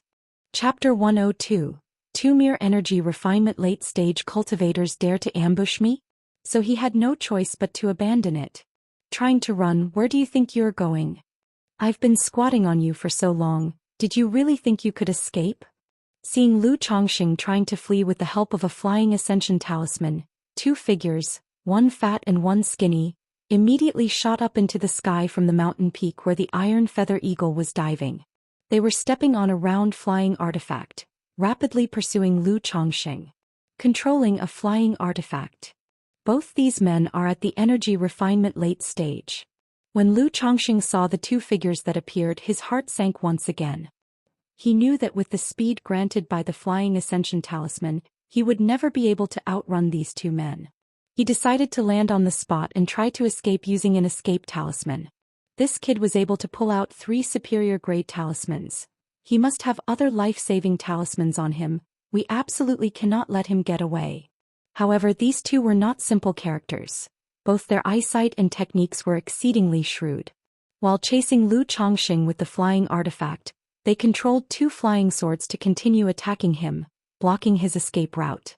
They also cast various spells, treating him like a live target, causing the golden light around Lu Chongqing to rapidly dim. This won't work. In this situation, it's difficult to even land. Lu Chongqing knew that he was a live target. To rely on talismans to hold on until he landed and then try to escape using another talisman was very unlikely. Moreover, he didn't know whether the other 2 had other means of pursuit. The best plan was to retaliate and kill the 2 men. So what if it's the energy refinement late stage? They're just 2 energy refinement late stage cultivators. With the talismans and talisman treasures I have on me, should I be afraid of those at the energy refinement late stage? With a fierce look in his eyes, Lu Chongqing promptly applied another golden bell shield talisman to himself, ready to counterattack. Another golden bell shield talisman? This kid is just a middle-grade talisman master. How can he have so many superior-grade talismans? Indeed, a fat sheep. All that waiting hasn't been in vain. The fat and skinny duo, seeing this, had their eyes gleaming sharply, filled with greed and viciousness. Just as they intensified their offensive, Lu Chongqing also turned around and threw out a batch of talismans. All of them were middle and lower grade talismans, about 20 in total. This was the most Lu Chongqing could stimulate at once with his mental spirit. Any more than that and he wouldn't be able to control them properly. Under the control of Lu Chongqing's mental spirit and spiritual power, these talismans transformed into fireballs, rolling boulders, ice spikes, wind blades, sharp arrows, cold winds. With a ferocious momentum, they all howled towards the fat and tall duo. So many talismans? The dark fat man, upon seeing this, was shocked and hurriedly brought out an earthy yellow shield magic artifact to block this overwhelming offensive. Lu Chongqing's talismans hit the shield, only creating thuds. While resisting the attack, the dark fat man called out to the skinny white man, "Stop dilly-dallying, get rid of this kid quickly. Otherwise, if we let him use up all his talismans, we'll be at a huge loss." In their eyes, everything on Lu Chongqing was as good as in their pockets. Every talisman used was like spending their money. The skinny white man didn't reply, but he harbored the same thoughts, his eyes flashing dangerously. He slapped his storage bag and with a spell gesture, summoned a cold gleaming curved saber magic artifact. Like a crescent moon, the curved saber flew towards Lu Chongqing with a swiftness that cut through the air. However, at this moment, Lu Chongqing also applied another golden light barrier talisman on himself, and simultaneously cast 3 more talismans. The previous assortment of middle and lower grade talismans was just the appetizer. It was merely to distract them for a moment. Now was the main event. Hum. A sound like thunder rumbled through the void, causing the air to tremble slightly. Superior grade talisman. Soul-shaking talisman. It was designed to shock the mental spirit of others, inducing panic, fear, and unease. The soul-shaking talisman used by Lu Chongqing caught the fat and skinny duo somewhat off guard. In that moment their minds went blank, overwhelmed by fear, and they were momentarily dazed. However, right in that instant, boom, boom, two talismans flew out, enshrouded in purple lightning, turning into two violent thunderstrikes aimed at the two men. Superior grade talisman. Thunder summoning talisman. It could summon a thunderstrike comparable to a 9th level energy refinement cultivator's strike. Even normally, the two men would struggle to cope with such a thunder summoning talisman. Especially now, caught off guard by the soul-shaking talisman, their mental spirits compromised. Boom, boom. The shield magic artifact that the dark fat man had summoned, already barely holding up under the relentless barrage of talismans, could hardly block it all. When the thunderstrike hit, the earthy yellow shield flew straight out of his hands, and while he was still not back to his senses, was overwhelmed by the talisman offensive. The skinny white man, with a somewhat stronger will and mental spirit, quickly regained his composure. His eyes flashed with lightning, and he frantically generated a body-protecting chi barrier around himself. But at that moment it was already too late. Ah! No.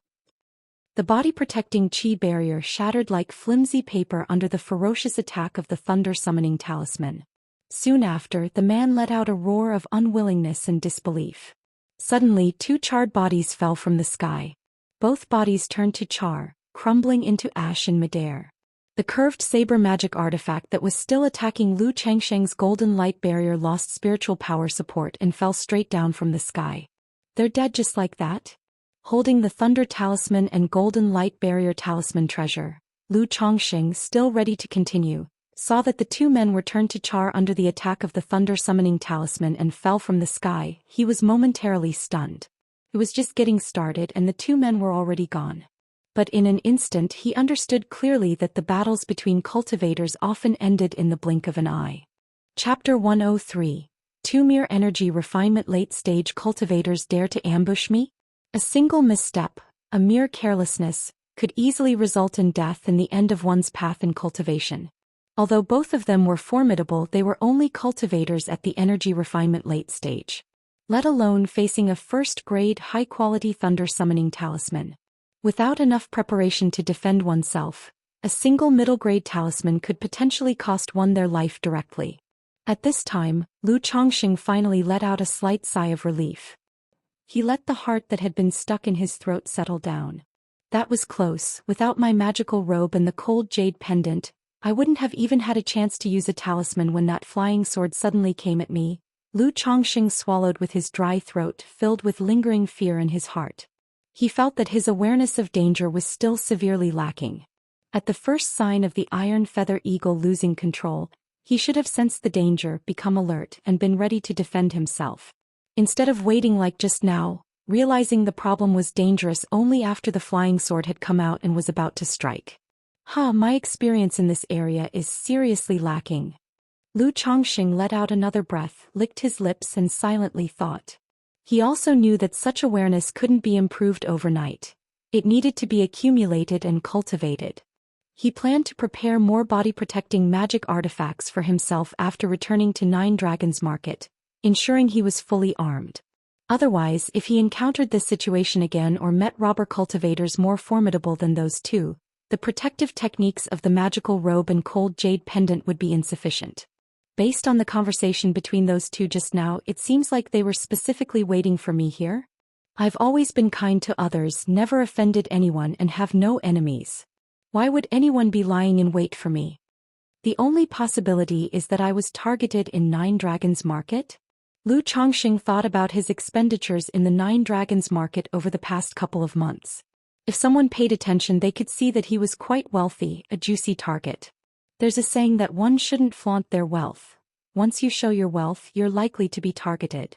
While Nine Dragons Market may be safe, it does not mean that the people within are all good. As soon as you leave Nine Dragons Market, any cultivator inside could potentially become a robber cultivator.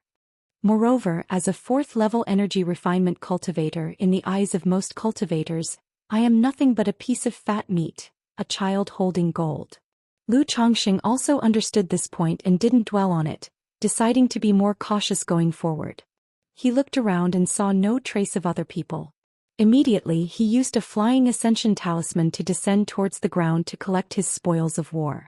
Just now both men turned to charred bodies and ash under the onslaught of talismans, leaving only their robes and boots wrapped around the remains.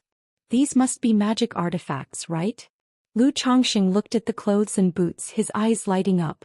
If these were ordinary clothes, they would not have survived the talisman attack just now. He stepped forward and performed a cleansing technique, cleaning away the remnants and ashes inside the robe and shoes, then picked up the robe to examine it. Under the attack of the talismans just now, the robes had suffered slight damages and were probably only of lower grade. Inside both robes he found a storage bag. This brought a hint of joy to Lu Chongqing's face. After all, in such a perilous fight of life and death, the spoils were the only thing worth looking forward to. He did not check the contents of the two storage bags right away, choosing to pocket them first. He then searched around and found both men's flying artifacts, flying swords as well as shield artifacts and curved saber artifacts. After collecting everything, Lu Chongqing felt that this haul should be quite substantial. He took out the beast control token to sense the condition of the Iron Feather Eagle. If the Iron Feather Eagle were gone, getting back to Qingzhou Mountain would be quite troublesome for him. Even if he got back to the Nine Dragons Market, he would only be able to do so by running. Through the beast control token he could sense a faint connection with the Iron Feather Eagle. It should still be on the peak. As I suspected, the two robber cultivators must have used demon beast lure to send the Iron Feather Eagle out of control, rushing to the mountaintop, he thought. An Iron Feather Eagle is worth hundreds of spirit stones. As robber cultivators out for wealth, they naturally wouldn't harm the Iron Feather Eagle, he reasoned. Otherwise, when I was riding on the Iron Feather Eagle, they would have attacked it directly instead of me, he deduced. Lu Chongqing thought for a moment and decided to go to the peak to retrieve the Iron Feather Eagle. Seeing that the effects of the Flying Ascension Talisman on him were wearing off, Lu Chongqing gritted his teeth, took out another talisman and used it on himself. Then with caution in his heart he hastened toward the mountaintop. Though only 2 people had come to assassinate him just now, they likely didn't have accomplices. But given what had just happened, it was best to be extra cautious. Moreover, demon beasts might also be present between these forested mountains. When Lu Chongqing arrived at the peak with great caution, he immediately saw a light brown incense stick as big as an adult's arm, burning on a giant boulder on the mountaintop. Thick white wisps of smoke were slowly floating upward, spreading into the air. Meanwhile, the Iron Feather Eagle was next to the incense, squawking violently and uneasily. It really is demon beast lure, he confirmed. It seems these two went to great lengths to ambush me, preparing well in advance and putting in a lot of effort, he surmised. Wait a minute, I left the Nine Dragons Market ahead of schedule to go home. How could they calculate my movements so accurately if they were lying in wait out here? He wondered. Surely they can't be lighting a demon beast lure every day in advance, can they? He questioned. And looking at this demon beast lure, it appears to have only been burning for about 2 or 3 hours, he observed. Lu Chongqing's eyes narrowed slightly as he watched the burning demon beast lure in front of him. He sensed that something was amiss. The attackers must have another accomplice. This accomplice was likely in the Nine Dragons Market watching him in secret. The moment he left the Nine Dragons Market they would signal here. Otherwise how could they be so precise? After all, the Iron Feather Eagle was already quite fast. To prepare even faster, only a transmission talisman would do. It seems I'll need to be even more careful when I return to the Nine Dragons Market, he reflected inwardly. He didn't approach the violently uneasy Iron Feather Eagle. He took out a water bullet talisman, activated it to form a water bullet, and shot it at the demon beast lure to extinguish it. With the scent extinguished, the Iron Feather Eagle calmed down quite a bit. Lu Chongqing used the beast control token to attempt to command the Iron Feather Eagle and assess its condition. But he found that the Iron Feather Eagle was still in a disturbed animalistic state, not very obedient to commands. It will probably take at least a day for the effects of the demon beast lure on the Iron Feather Eagle to wear off, he estimated. Lu Chongqing sighed, feeling somewhat helpless. He knew it would take quite some time for the incense that provoked the demon beast's instincts to fade completely. Right away, he took out a spirit-nourishing pill and threw it to the iron feather eagle to help stabilize its mood by eating. Then he used the beast control token to store the iron feather eagle back into the spiritual pet bag, planning to find a cave to hide in for the time being. Otherwise, if he waited here for the iron feather eagle to recover, the accomplices of the two robber cultivators from earlier might arrive any moment. Chapter 104. Fairy, please conduct yourself with dignity. Underscore 1 Lu Chongxing, using a flying ascension talisman, flew at full force and arrived at a cliff cave several miles away. He used a purification talisman to check himself all over, to see if there were any tricks left behind. After confirming there were no problems, he began to clean up the loot in the two storage bags. In total, there were 362 spirit stones, 3 lower-grade magic artifacts and 1 middle-grade magic artifact, a number of elixir medicines, a number of spiritual medicines, a number of talismans, a bunch of miscellaneous items. Lu Chongxing estimated that these items were worth 600 to 700 spirit stones. Adding the vestment robe, magic boots, flying sword, shield, curved saber and flying artifact he had just acquired, it casually amounted to over 1,000 spirit stones. Could be said to be a huge sum of money. A hint of joy appeared on his face. This haul was much more significant than what he had collected before at Bullhead Mountain. One could only say that there were different levels of robber cultivators. Being a robber cultivator at a place like Nine Dragons Market was certainly more prosperous than in a mundane place like Bullhead Mountain. Of course, the risk was also much higher. Lu Chongxing took out a high-grade purification talisman and purified all the items to check if there were any problems. Indeed, under the effect of the purification talisman, 3 items showed signs of branding marks. After destroying these items along with some other suspicious ones that he did not recognize, Lu Chongxing continued to flee to another place. Thinking that fleeing on his own could leave traces and scents, and also consume too much spiritual power and physical strength, Lu Chongxing immediately took out an escape talisman and used it. Suddenly, spiritual light surged around him, enveloping his entire being as he dove into the ground, traveling swiftly like a mole before bursting forth. In less than the time it takes to drink a cup of tea, Lu Chongxing appeared several miles away. Phew! As soon as Lu Chongxing emerged from the ground, he breathed in the air. He immediately smelled a stench. Gurgle! He turned his head and saw, not far off, a black wild boar over 2 to 3 meters tall and 5 to 6 meters long, with hair like pine needles, staring at him. Its snout was puffing white smoke and its tusks were sharp and fierce. A demon beast. With one look at the large wild boar, Lu Chongxing's heart skipped a beat, knowing that it was not an animal but a demon beast. Gurgle. Before he could take another look, the large boar let out a low roar, its tusks emitting a faint black light, and charged straight at him. Seeing this, Lu Chongxing quickly took out a mid to lower grade talisman to use. The talisman burst into light, transforming into a barrier of water and light that protected him. Then vines and earthen prisons appeared, trapping the boar, followed by a barrage of fireballs, wind blades and arrows bombarding the beast. Boom boom boom. Awoo awoo awoo. Under the onslaught of 10 to 20 talismans, the boar let out a mournful howl before it could get close to Lu Chongxing. Its body scorched black, blood gushing out, it eventually collapsed with a cry of agony. This should only be a first-grade beginner demon beast. Perhaps I could have killed it with my flying sword with a bit of effort. This feels rather wasteful. Lu Chongxing looked at the fallen boar and shook his head slightly.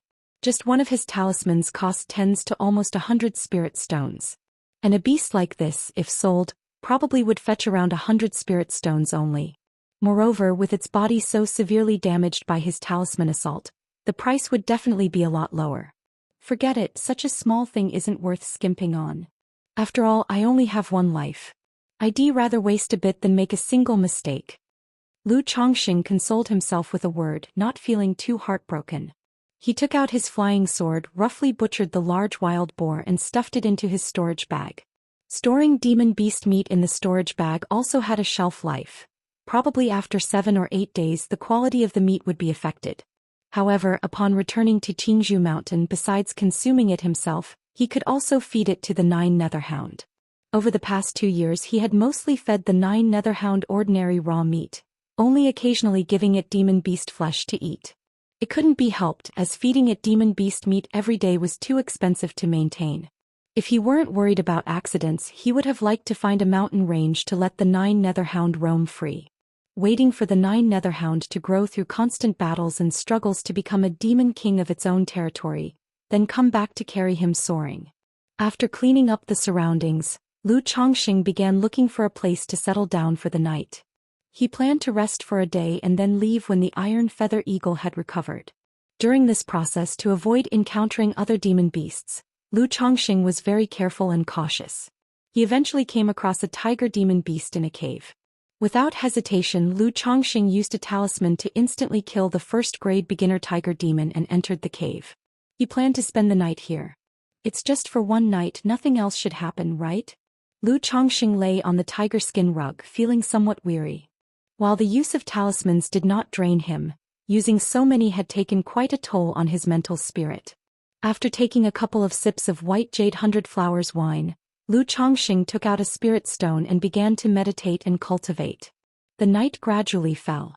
In the wilderness between the forests, the sounds of wild animals roaring and shrieking filled the night, making it very unsettling.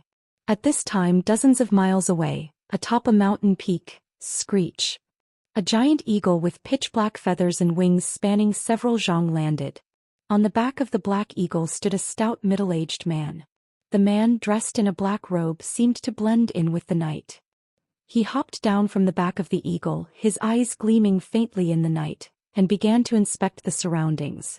After checking the surroundings, Zhou Xian muttered to himself, "It looks like I've been outdone. Just a Qi refinement 4th level young master, and he possesses such strength and means?" Then with a light step his agile figure leaped into the air and landed back on the eagle's back. Chapter 105. Fairy, please conduct yourself with dignity. The black-winged eagle immediately soared into the night sky. It hadn't flown far when suddenly, a violent surge of light erupted in the distance. This light was so brilliant that it was like a great sun ascending in the night sky, too dazzling to look at directly. What is this? Zhou Xian on the back of the black-winged eagle looked toward the source of the light. But with his peak Qi refinement cultivation level he couldn't see it clearly. As the light dimmed slightly, a clash of colorful halos and black-red tornadoes could be seen colliding together, erupting with thunderous booms. Boom boom boom. The two streams of light moved across the sky, constantly colliding and sweeping across, unleashing a heavenly turbulence. The shockwaves that landed on the mountains below caused them to tremble violently and crumble incessantly. The fierce birds and beasts in the forest were so frightened that they trembled and fled in all directions. This is a battle between nascent soul immortals. Zhou Xian finally made out that within the colorful halos and the black-red tornadoes, there were faintly visible figures. A woman dressed in colorful garments and an old man in red robes. They exchanged blows, lighting up the night sky and making the clouds roll and unfold. Run, we must quickly escape from here. Seeing that the two nascent soul immortals were moving in his direction, he immediately urged his black-winged eagle to leave quickly. However, at this moment, the large black eagle beneath him, under the astonishing aura in the distance, had already begun to let out cries of fear. Damn it, I've raised you for so long and at the critical moment, you're totally unreliable. Zhou Xian cursed, seeing his pet mount tremble. But he knew that although his black-winged eagle had high-rank bloodline, it was after all only at late 1st grade. In the face of such terrifying auras from nascent soul immortals, it would instinctively feel fear and terror. It wasn't just pets, he himself was also panicking. After all, this was a battle between nascent soul immortals. If even a slight shockwave hit him, he would be either dead or crippled.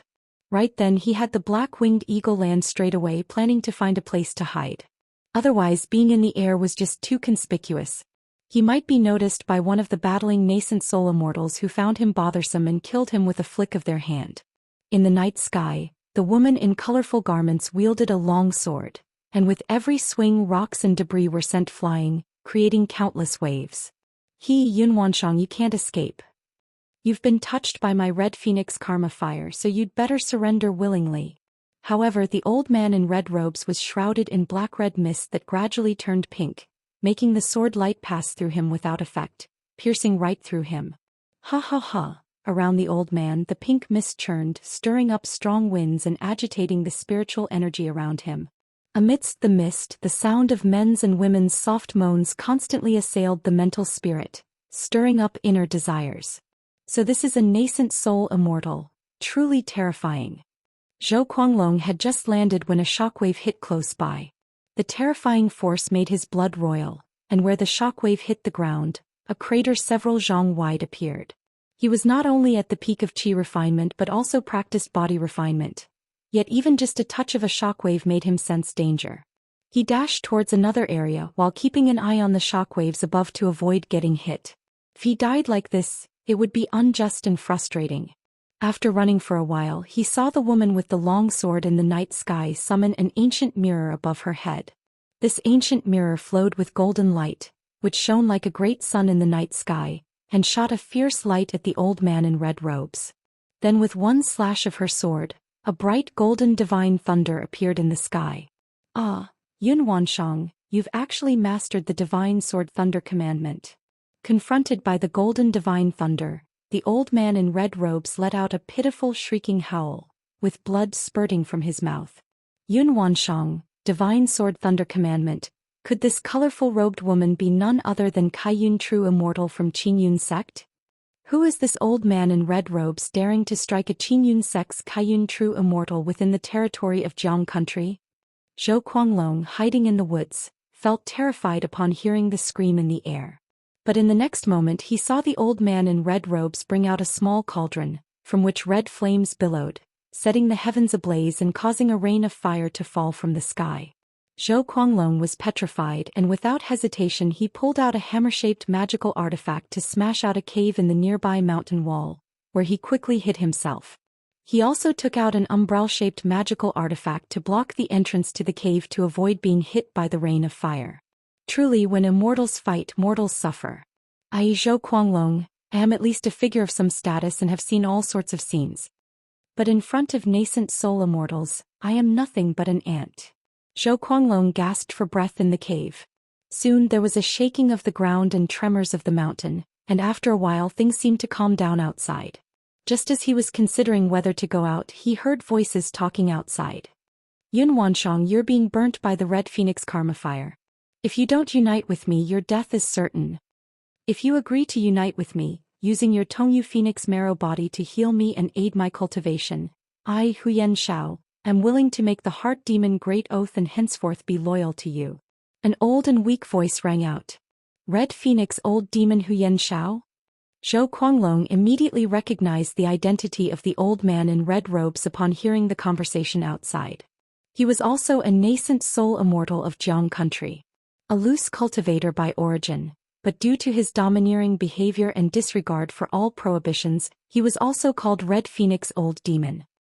He never would have thought that this Red Phoenix Old Demon would dare to lay hands on a Qinyun sect nascent soul immortal and even seek to practice cultivation in union with her. Cough cough, you can dream on. A crisp and icy voice responded. If you refuse, the karma fire will surge, and if it erupts, both of us will die here today. Chapter 106. Fairy, please conduct yourself with dignity. In the Red Phoenix True Scripture I cultivate, there is a dual cultivation secret technique. As long as you're willing to become my Tao companion, in the future we both may have hope for nascent soul. The voice of Red Lawn Old Demon was weak as he continued to speak. Huff. I'd rather die than, cough cough. Let you, the cool voice of Cloud Gown Fairy rose, but it became more hurried with panting breaths. Your body is already burning with Red Phoenix karma fire. I wonder how much longer you can suppress it, cough cough cough. The voice of Red Lawn Old Demon was weak and sinister. You huff, huff, won't you come out? At that moment Cloud Gown Fairy's voice grew louder and more urgent, also carrying a captivating charm. Zhou Xian in the cave knew that the Fairy of Colorful Clouds was addressing himself. Although he possessed the peak Qi refinement cultivation level, how could he possibly conceal it from this nascent soul immortal? Another person? Cough cough. The voice of Red Lawn Old Demon grew colder. Zhou Xian walked out from the cave and saw immediately in front of him a woman lying on the ground, clad in a colorful radiant flowing gown made of gauze. The woman appeared to be in her mid-20s, her hair lightly coiled up and fixed with a glaze hairpin, A breathtakingly beautiful face at this moment flushed like peach blossoms, her slightly dazed beautiful eyes and slightly parted lips gently panting. Although he only heard of her great reputation and had never seen her in person, he knew at this moment that this supremely elegant woman was none other than the fairy of colorful clouds, Yun Wanshang from Qingyun's sect. Not too far away on the ground lay a rugged-faced old man in red robes. Presumably he was Red Luan Old Demon. The old demon looked unspeakably miserable. Not only was he vomiting blood, but there was also a huge sword wound cavity in his chest, with golden sword energy rampaging within it, making his whole Bodis aura chaotic and struggling desperately. I am an elder of Qingyun's sect, Yun Wanshang, and this person is Red Luan Old Demon. As long as you help me eliminate him, my Qingyun sect will surely thank you heavily. Huff huff huff, Yun Wanshang said to Zhou Xian, but now her face was flushed like peach blossoms, and even speaking seemed very hard for her. Kid, don't listen to her. What benefits can her Qingyun sect offer you? I suppose you're just one step from foundation establishment, right? You only need to bring her to me to help me heal, and afterwards I will take you as my disciple, assist you in foundation establishment, and even core formation is not impossible. Seeing the situation, Red Luan Old Demon quickly spoke. Zhou Xian paused upon hearing the words of the two, glanced at Yun Wanshang and then at Red Luan Old Demon. Kid, rest assured I am willing to make a heart demon great oath. As long as you are willing to lend me a hand, even if I can't guarantee true elixir for you afterward, I will ensure you form a false core. Red Luan Old Demon pressed his advantage. Your words are witnessed here. Hearing this, Zhou Xian was visibly shaken and spoke. He took the path of a robber cultivator to strive for foundation establishment and become a foundation establishment great cultivator. As for core formation, that was something he didn't even dare to dream of. At this moment, moved by Red Luan Old Demon's promise of a false core, he was tremendously tempted. After all, Qingyun's sect was not even within his considerations. If his actions were known by Qingyun's sect, even if the sect forgave him, he would not receive any substantial benefits. Huff huff huff, how can you believe the words of this demon head? Huff huff huff. Yun Wanshang, seeing Zhou Xian seemingly to side with Red Luan Old Demon, showed a trace of panic in her dazed beautiful eyes, gasping as she spoke. I, Huyen Shao, have never sworn an oath in my life. If you don't believe me, cough cough cough, can swear now. I, Huyen Shao, swear that today. Red Luan Old Demon, unable to move as he lay on the ground, forcibly lifted his palm and began to swear. For cultivators, a heart demon oath, the higher the cultivation level, the more binding it is. Seeing him take the oath, Zhou Xian immediately knelt before the old man and said, Disciple Zhou Xian pays respect to master. Cough cough cough, very good, good disciple. Quickly bring your master's wife over to me. She is currently entangled by my red phoenix karma fire, her desires rising like a tide. As soon as I ignite it with my mana, it will erupt instantly. Red Phoenix Demon immediately bared his teeth and spoke. Yes, master. Zhou Xian nodded slightly and walked towards Yun Wanshang. Seeing Zhou Xian approaching, a flash of resolution appeared in Yun Wanshang's eyes. Her cultivation method and physique were special. If given time to recuperate, she could suppress the red phoenix karma fire. But unexpectedly, a cultivator nearby chose to assist the red phoenix demon. She could only sigh in resignation to fate and time. Immediately, she slapped her storage bag with mana meant to suppress the karma fire, and suddenly, a fist-sized purple bead appeared from the storage bag. Hoo hoo hoo. The bead burst into light, thunder and earth fire filling the air, and directly turned Zhou Xian and Red Phoenix Demon into ashes. At that moment, the only clarity left in Yun Wanshang's beautiful eyes vanished. Her body quickly became hot, her skin like creamy white jade visibly turning pink. And just then, as if by instinct, she sensed something in the midst of the void and shot out like a divine rainbow. Meanwhile, not far away inside a cave. Holy shit, it's finally quiet. The power and commotion just now, what level of fighting was that? It was terrifying, Lu Chongqing said. Seeing that there was no noise outside and everything was completely quiet, he breathed a long sigh of relief and let the anxiety that had been caught in his throat dissipate. Anyone cultivating quietly at night would panic if suddenly there were rumbles, and two people began to fight, causing earthquakes and landslides. Sigh, I'll head back early tomorrow morning as soon as the Iron Feather Eagle recovers. I won't run back and forth anymore. It's better to bring Miaoyun and Jinjin directly to the Nine Dragons Market from now on, he pondered. Otherwise, constantly traveling back and forth, I might encounter danger. Lu Chongqing thought to himself, feeling it's best not to leave the house if it isn't necessary. The outside world is just too dangerous. However, at that moment, a fragrant breeze suddenly wafted over. Before him appeared, seemingly out of nowhere, an exquisitely beautiful woman wearing colorful garments. Lu Chongqing was taken aback by the sudden appearance of this breathtakingly beautiful woman. He hadn't even grasped how she had appeared. This woman was none other than Yun Wanshang. Her face was flushed, her alluring eyes as soft as autumn water, filled with lust as she looked directly at Lu Chongqing and pounced on him. Lu Chongqing was immediately pinned down by the woman and could not move. He struggled several times but to no avail. He could clearly feel the heat of the woman's body before him. It felt like a raging fire was burning. He knew that her condition meant either she had been poisoned or was experiencing cultivation deviation. Fairy, please comport yourself. Lu Chongqing called out a few times, but the woman, out of her senses, didn't respond to his calls. Instead, she pinned him underneath her and her moist lips came closer to kiss him. Who could withstand such a situation? Looking at the heavenly beauty before him, feeling her mature and soft body pressed against him, the intoxicating fragrance of her breath, Lu Chongqing let out a soft sigh. If this situation was inescapable, then there was no point in resisting. He might as well choose to enjoy it.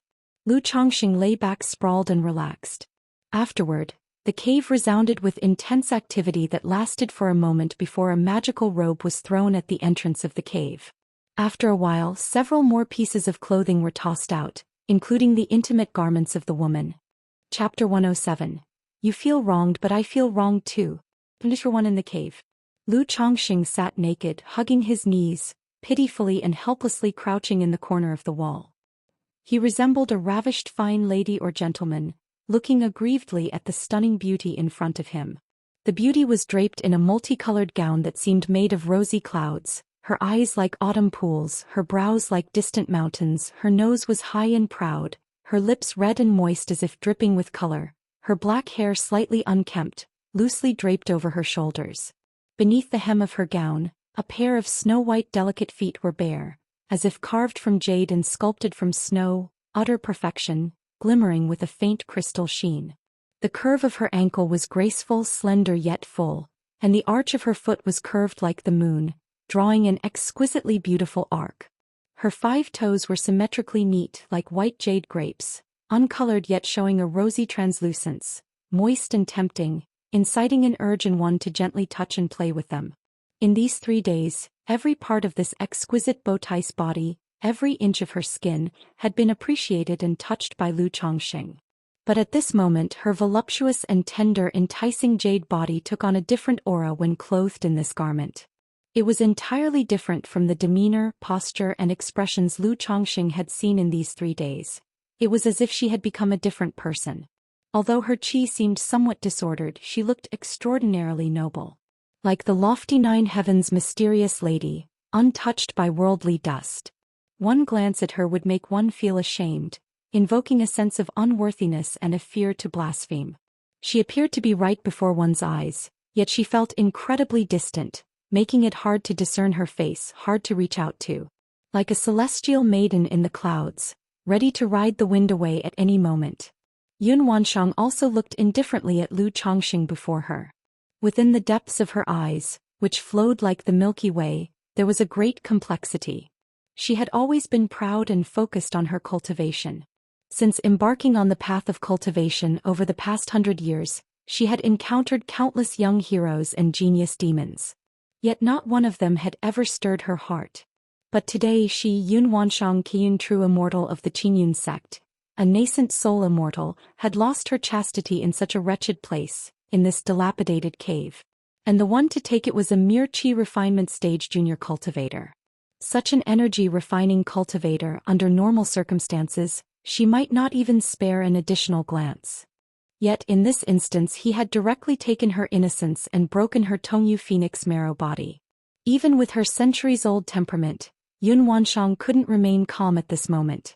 A surge of humiliation and killing intent arose within her heart, especially seeing his pitiful and helpless, aggrieved expression, which greatly irritated her. She longed to slay the young man before her to vent the hatred in her heart. How could it be? Could it be that this matter has wronged you? You feel wronged, but I am the one who feels even more so.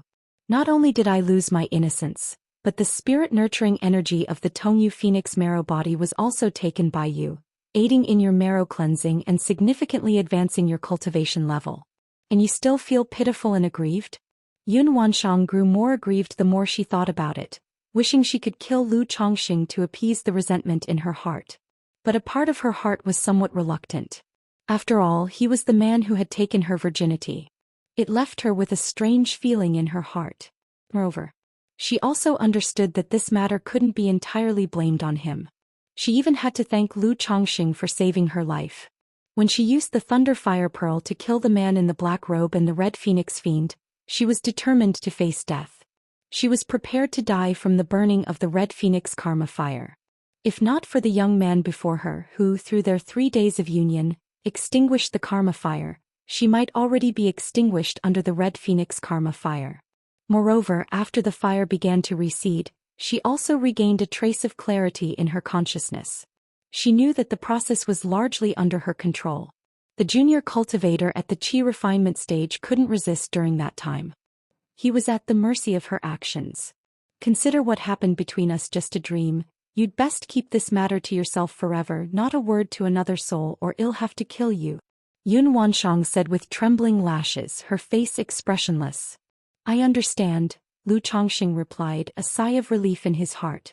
Although the woman before him was unimaginably beautiful and had been intimately involved with him for 3 whole days, he was well aware that in the cultivation world, there was no such thing as a fait accompli. To think that because he had taken her virginity she would marry him was a fantasy. His pitiful and helpless demeanor was a ploy, dreading that she might want to kill him out of shame and indignation for losing her virginity to him, slapping him dead with a single blow. After all, Lu Chongqing was acutely aware of the woman's formidable nature, her cultivation level deep and unfathomable. Otherwise, his cultivation level would not have soared during their 3 days of bliss. In her presence he was no different from an ant. If she wished to kill him he would have no power to resist. After speaking as if to further reassure the woman, Lu Chongqing earnestly continued, I will treat this matter as if it never happened and will never mention it to anyone. If it leaks out, feel free to kill me. Yun Wanshang, on hearing Lu Chongqing agree without hesitation to act as if nothing had happened, not only felt no joy but a hint of displeasure. But with a faint chill in her voice she said, as long as you know. With those words the man and woman remained in silent deadlock, bringing quiet to the cave. Yun Wanshang felt somewhat awkward. Although she was a core formation stage true immortal, having grown up in the immortal sects dedicated to cultivation since she was young, she knew even less about matters of men and women about emotions than an ordinary young girl. Chapter 108. You feel wronged, but I feel wronged too. When such an incident occurred, Lu Changsheng's instincts forbade him from divulging it. But deep inside he was very agitated, unsure how to face it, unwilling to just let it go. Because during their intimate encounter, Lu Chongqing did more than just take her virginity. She possessed a very rare constitution, the Tongyu Phoenix marrow body. In the early stages, this constitution doesn't offer any benefits for cultivation. But after a breakthrough into the core formation stage it becomes effective. A strand of spirit-nurturing energy would emerge within her body. This spirit-nurturing energy has the effect of purifying the true elixir and enhancing the consolidation of the nascent soul.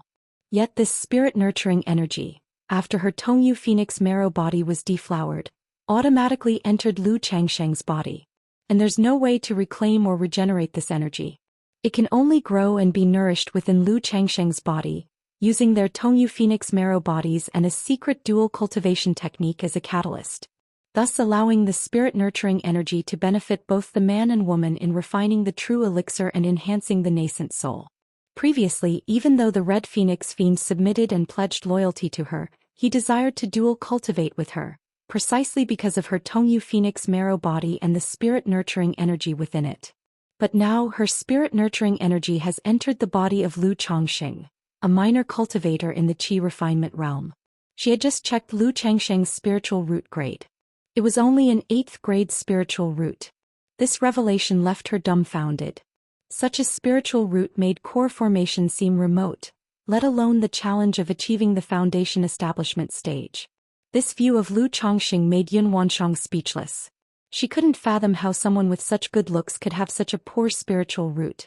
Having cultivated arduously to core formation and possessing the Tongyu Phoenix marrow body, she could have chosen any suitable husband, with a future prospect of reaching the nascent soul stage, but now, her heart was filled with a sense of grievance.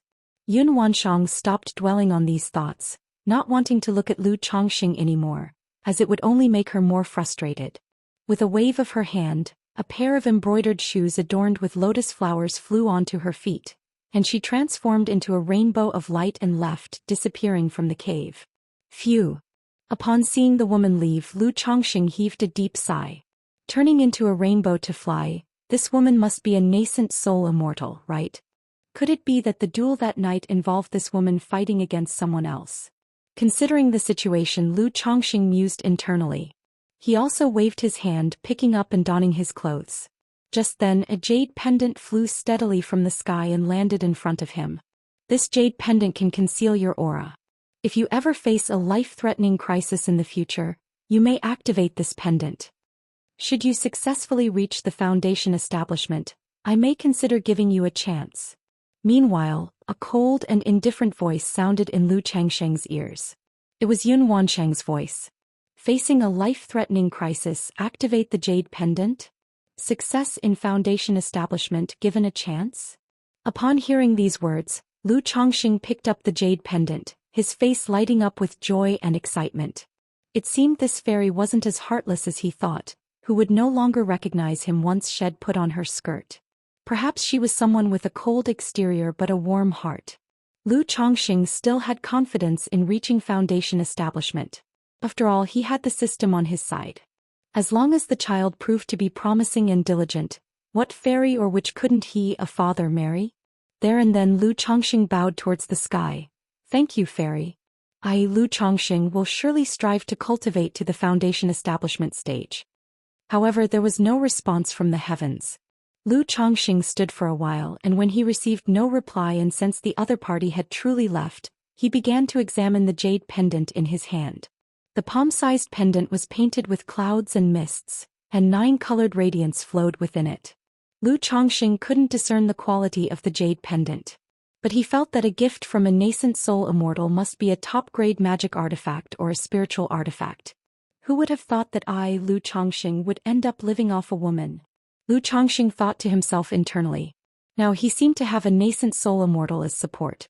If he encountered any peril in the future, he could call upon a nascent soul immortal for help. However, he felt that if he really activated the pendant for help, it would probably be the end of his association with this colorfully robed woman. Only after his successful foundation establishment could he activate the pendant to seek her out and then have further interactions with her. Which was reasonable. The other party was a nascent soul immortal, and he was just a weakling in the chi refinement realm.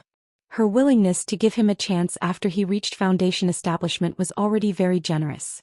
But if I want to officially marry her and have children, I'm afraid I'll at least have to reach the core formation stage, right? And I wonder if our 3 nights of effort could have resulted in a pregnancy? If so, any child born would surely be extraordinary, right? Lu Changxing secretly contemplated and then shook his head. He was getting ahead of himself, thinking about her bearing children for him when there was not even the slightest sign this would happen. Moreover, for cultivators who did not wish to conceive, no matter what the effort, it would be in vain. Then Lu Changxing turned his attention to the peach blossom gu in his spiritual sea and said, "You little thing have really outdone yourself, being so inconspicuous and unnoticed, yet causing such a big commotion when you do appear, huh?" The peach blossom gu feeds on the luck of romantic encounters. The more prosperous the romantic luck around the host, the faster the peach blossom gu grows.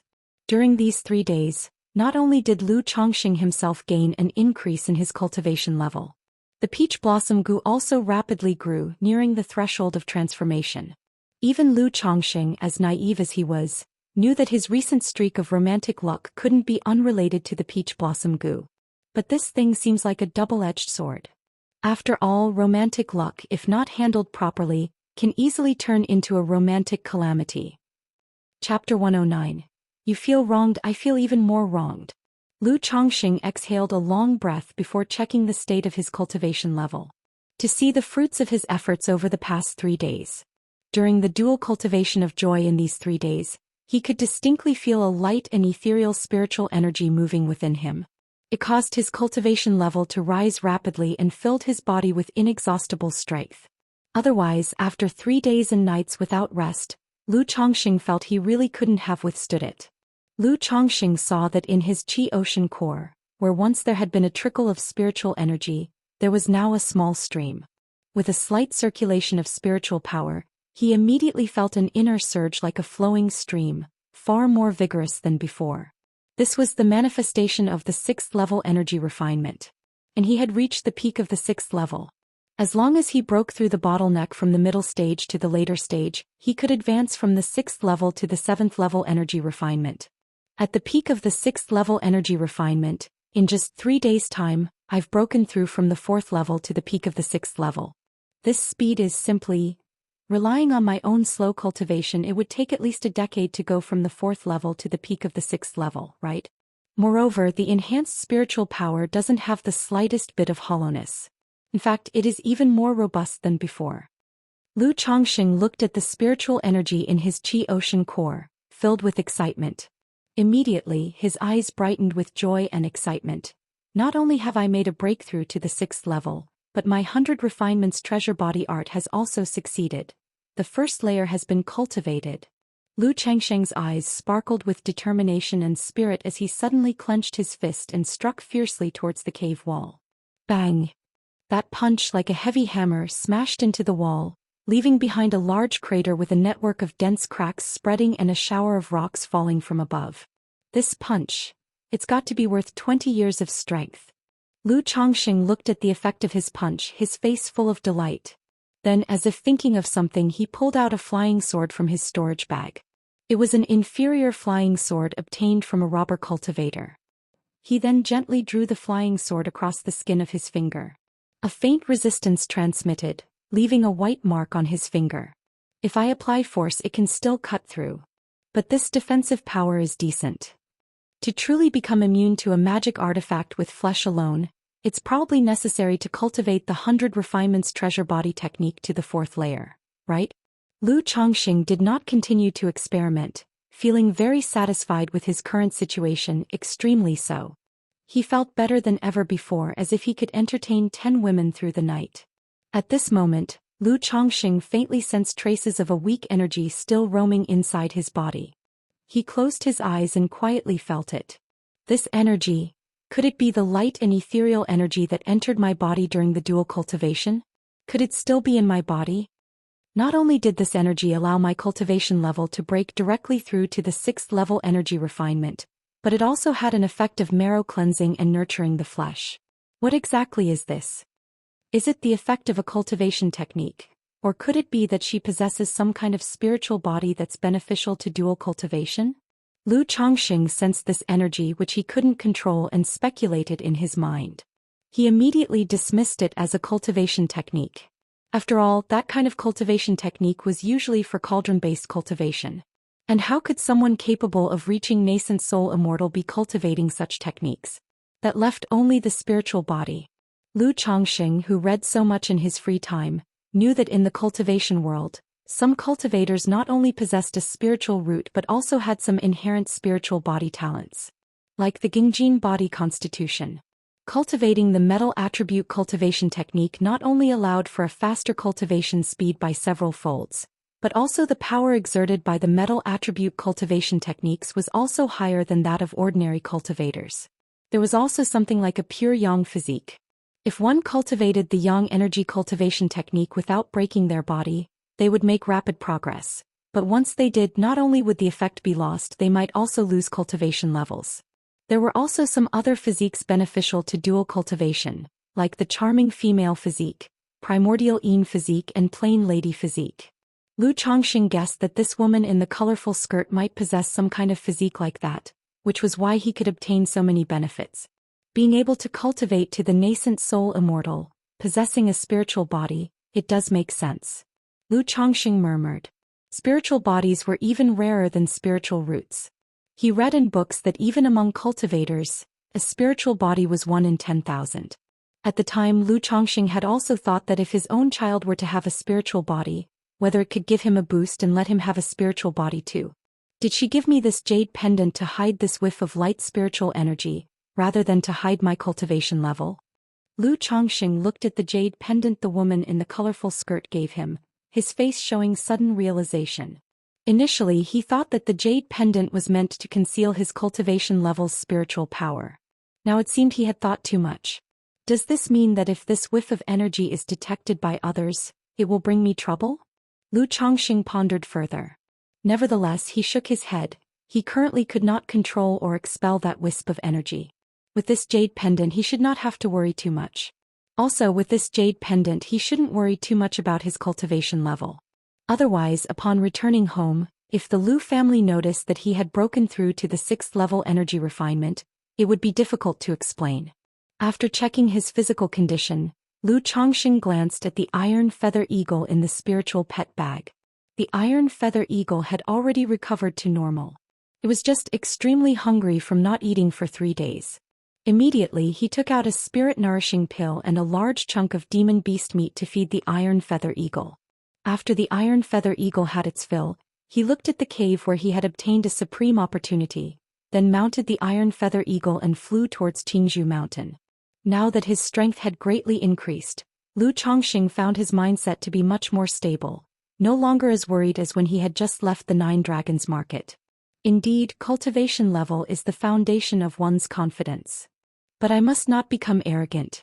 I am still a weak qi refinement cultivator, absolutely must not get carried away. However, now that I have the strength of the 6th level energy refinement, I can try drawing supreme talismans. Once I have plenty of supreme talismans, not only will I be safer, but I also won't have to worry about making money. Lu Chongqing, riding on the iron feather eagle, gazed at the scenery in front of him, feeling that the days ahead were getting more promising by the moment. Qingyun sect. Kaiyun Peak.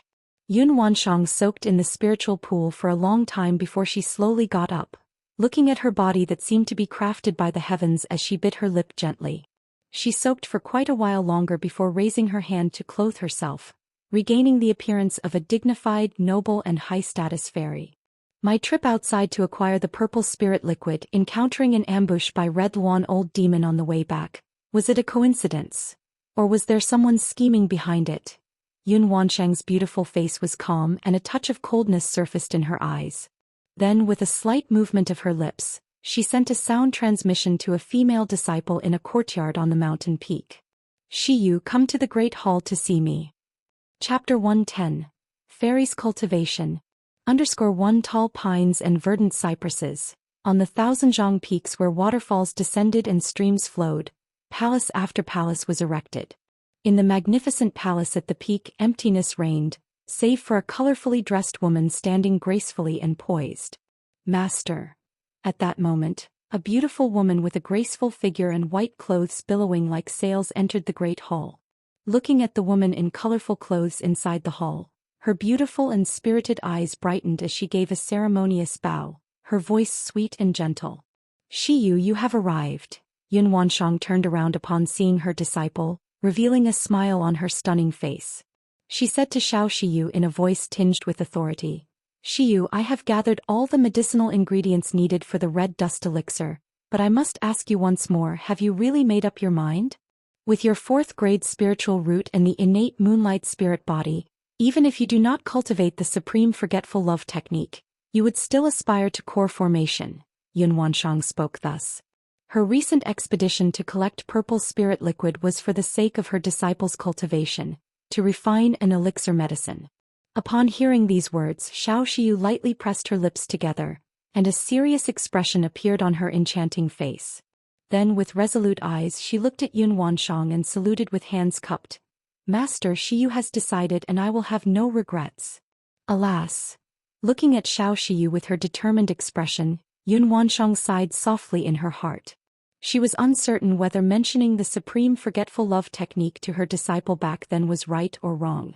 The supreme forgetful love technique was a cultivation method she had acquired in a secret realm. Despite its power, it also had obvious side effects. After cultivating it, one would gradually become indifferent, unmoved by emotions or disturbed by feelings. Ordinarily, Xianxia was lively and clever, much to her liking, but if she were to cultivate the supreme forgetful love technique, she feared Xiao's demeanor would be completely altered. Nevertheless, Yun Wansheng did not offer any further persuasion. She gave a slight nod and said, "Good, since you have decided, I will ask Elder Yun to refine the red dust elixir for you." She also understood that even with Xiao's talent and gifts, core formation was only a hope. But if she could master the supreme forgetful love technique, it would no longer be just a hope. As long as she did not die prematurely, she would certainly achieve core formation. There might even be hope for further advancements. That was the reason why she had given Xiaoxiu the choice of the supreme forgetful love technique in the first place. The azure sky, clear for thousands of miles. An iron feather eagle with jet black feathers glided through the air. We were delayed for 3 or 4 days on the journey. I wonder if I can still make it in time? Lu Chongqing sat cross-legged on the iron feather eagle, his heart full of concern for Lu Miaoyun, who was about to give birth. By his original calculations, he would arrive home early enough to be there for the birth of Lu Miaoyun's child. However, the ambush on the way and the 3 days and nights in the cave had delayed him. He was uncertain whether Lu Miaoyun had already given birth. At that moment, suddenly, a mysterious and profound throbbing arose within Lu Chongqing. He recognized this throbbing very well. It was the stirring of the spiritual root. Lu Chongqing abruptly looked into the distance towards Qingzhou Mountain, his face alight with joy and excitement. At this moment he seemed to hear the cry of a baby from afar. My child has been born." This profound throbbing gave Lu Chongqing a feeling as if there was a blood connection. He knew Lu Miaoyun had given birth and his own child had entered the world. And this child did not disappoint his expectations or hopes. He possessed a spiritual root. This sensation of the spiritual root's enhancement seems to be stronger than the previous 2 times. Lu Chongqing reflected on the fleeting moment of the spiritual root's stirring. Having already 3 children with spiritual roots, bolstered by 3 increments, he could sense the subtle differences brought by the enhancement of the spiritual root. For his previous 3 children, their spiritual roots, he was rather certain. 1 with a 9th grade spiritual root and 2 with 8th grade spiritual roots. This child now had a high likelihood of having a 7th grade spiritual root. Just like Lu Miaoyun's spiritual root. In that moment, Lu Chongqing exhaled deeply, his gaze fixed in the direction of Qingzhou Mountain, his heart yearning to return home. After a good part of the day, an iron feather eagle descended outside Qingzhou Mountain. Lu Chongqing stored the iron feather eagle back into his spiritual pet bag, took out his identity token, and after entering the valley he transformed into a shadow, racing toward his home. Husband! Daddy! Daddy's back! As soon as Lu Chongqing stepped into the manor, his wives and the playing children saw him and greeted him with joyful expressions, shouting to Lu Chongqing. "Husband, Sister Miaoyun has already given birth today, it's a boy." One of the wives approached and informed Lu Chongqing. "Good, I'll go see Miaoyun." Lu Chongqing nodded and made his way to a certain courtyard. He saw Lu Miaoyun in the courtyard holding a swaddled baby, her face beaming with maternal radiance. Chu Zhinzhin and several wives were at her side, watching over the child and chatting with her. "Husband." The women showed delight at Lu Chongqing's return.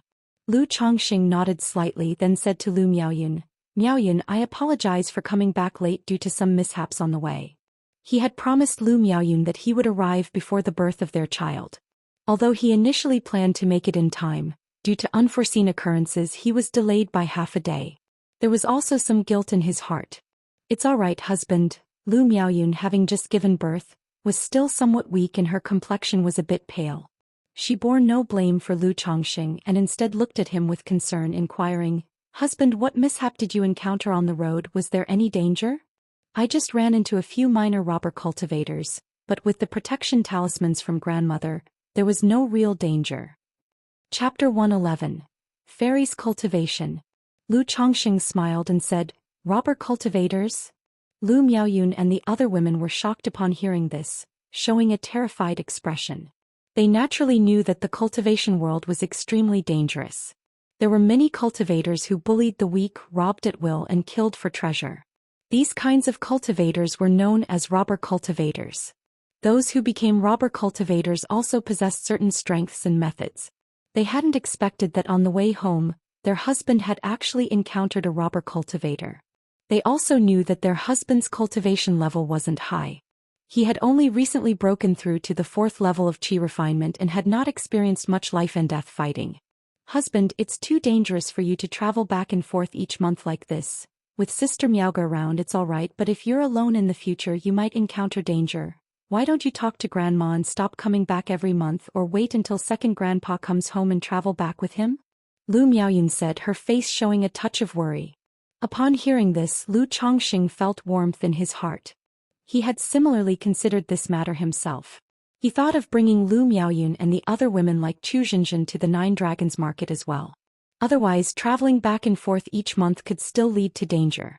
Although he now had the cultivation of the 6th level of chi refinement and could draw some supreme talismans to protect himself, not fearing ordinary robber cultivators, what if he met a Foundation establishment great cultivator? And if he encountered an accident like this time again? What if his stroke of luck turned into a disaster? So, for safety's sake, Lu Chongqing decided it was best not to travel back and forth as much. Instead, he planned to live quietly and securely in the Nine Dragons market. Let's talk about this matter later. Let me see our child first. Lu Chongqing smiled, planning to discuss the matter with the 4th elder later. He then looked toward the child in Lu Miaoyun's arms. Since both he and Lu Miaoyun were cultivators, this child also looked noticeably more adorable and attractive. With shining black eyes and smooth, fair skin, not reddened and wrinkled. Holding the child in his arms, Lu Chongqing couldn't help but smile. He could clearly feel that he would be even more fond of this child. Indeed, how could one be completely impartial and fair? After all, there will always be favoritism and preference, Lu Chongqing mused internally. He had long known that with many children, it was impossible for him to treat them all equally. With children like Lu Pingon, Lu Wuyu, and Lu Shila it was still manageable. But as the number of children increased, besides a few who usually pleased him, he would noticeably favor the children with a spiritual root. Husband, why don't you name this child? At this moment, Lu Miaoyun, looking at the delighted Lu Chongqing holding the child, said softly. A name. Lu Chongqing pondered for a moment upon hearing this and smiled. Let's call him Lu Yun. The name suggests ambition and a broad and profound future, and it shares a similar sound with your name, Miaoyun. Now with many children, naming had also become more difficult. So Lu Chongqing became somewhat more casual about naming his children. Lu Yun. Lu Miaoyun, hearing this name, immediately had a glint of admiration in her eyes, looking at Lu Chongqing with tenderness and affection. Then she smiled toward the child in the swaddle. From now on your name will be Lu Yun Yuner. From now on not only will the husband have a big Yuner, but also a little Yuner, said another wife jokingly. What little Yuner, big Yuner? In my heart there's only one Yuner, Lu Chongqing immediately said, embracing Lu Miaoyun who was beside him.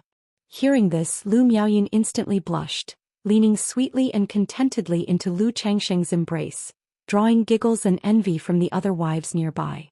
Just like that, Lu Chongqing spent time with Lu Miaoyun, Chu Xinjin and his numerous wives. It wasn't until the next day that he found some free time. He went to the study and began to meditate and cultivate. To see how much his cultivation speed had increased after the addition of his son's spiritual root. After cultivating for an hour, Lu Chongqing could sense that his cultivation speed had increased by about 20%. This confirmed to him that his son had a 7th grade spiritual root.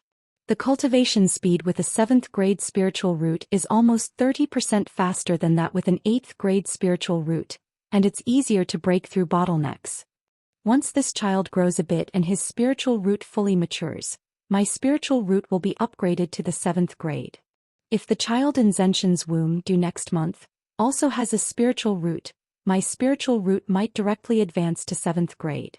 Then I imagine breaking through the bottleneck from the 6th level to the 7th level of chi refinement will be much simpler.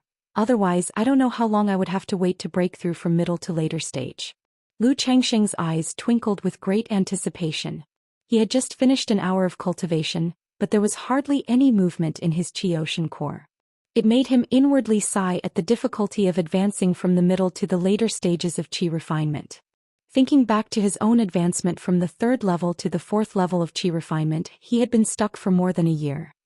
The bottleneck from the middle to later stages would only be harder, likely requiring 3 to 5 years of grinding. However, Lu Chongqing was already quite satisfied. Without this stroke of lucky encounter, he wouldn't have known how long it would take him to break through from the 4th level to the 6th level of qi refinement. Just the experience of advancing from the 4th level to the 6th level in 3 days had made him somewhat reluctant to strive harder. He fondly reminisced about those magical and enchanting 3 days and nights. If I could have continued for 10 days or half a month back then, could I have directly advanced to the pinnacle of qi refinement? Lu Chongqing couldn't help but think. Chapter 112. Fairies' Cultivation. But thinking about it, he knew it couldn't be possible. Not to mention that others might not be willing, such an improvement probably wasn't so simple. Hiss Lu Chongqing, oh Lu Chongqing, how could you have such thoughts? No sooner had the idea appeared than Lu Chongqing immediately felt he was being somewhat degenerate. Even if I improved my strength and broke through the realm in this way, what would it amount to? Such improvements would leave my state of mind, skills and power unfit for my cultivation realm, leading to a shaky foundation. Only through my own efforts, step by step, keeping grounded and the principle of more children, more blessings, can I truly enhance myself and attain the ultimate way. All other paths are but passing clouds. Only by taking wives and concubines, having children and advancing step by step can one reach the end. Lu Chongqing immediately introspected, cast aside the crooked thoughts in his mind, firmed his belief, and adhered to the path of self-improvement with the more children, more blessings policy. Phew, don't forget why you started and you will be able to endure to the end. Remember the original intention. Lu Chongqing took a deep breath and slowly exhaled. Afterward he took out his talisman-making tools, ready to attempt crafting a supreme talisman.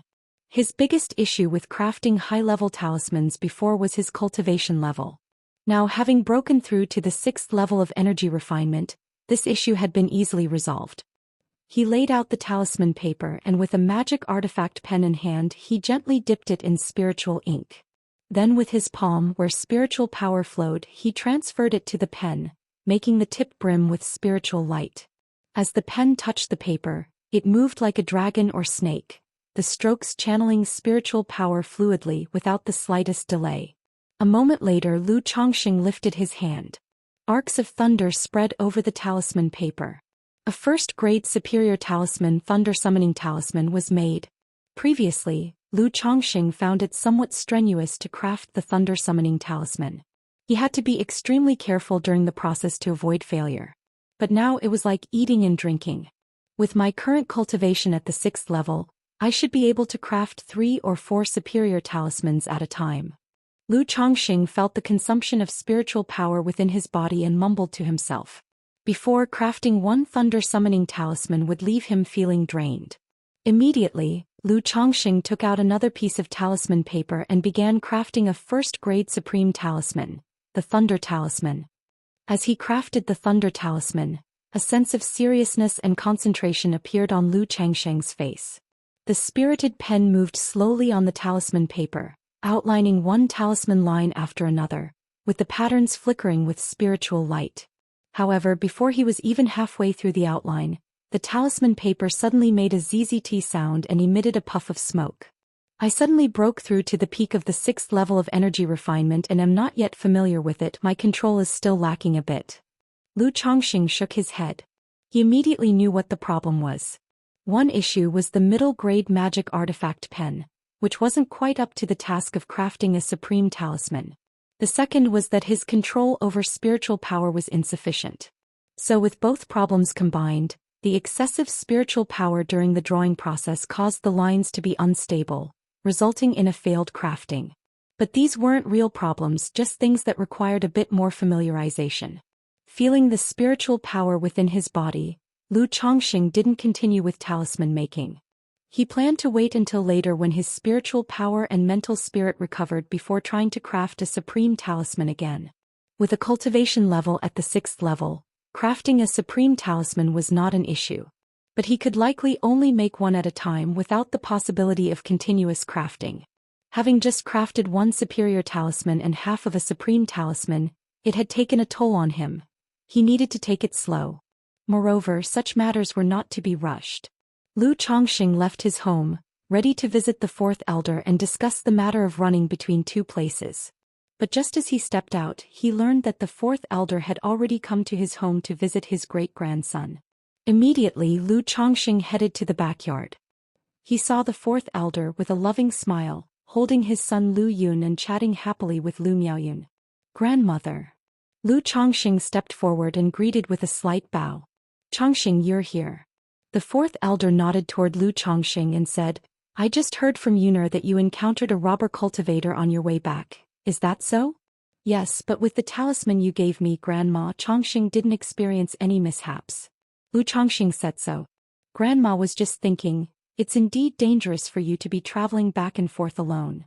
Even with a talisman at hand, it's still not safe. Therefore, Grandma thinks, why don't you just stop going to Nine Dragons Market? I can find someone else to manage the spiritual talisman shop there, and you can just stay at home in peace. The fourth elder spoke, saying this.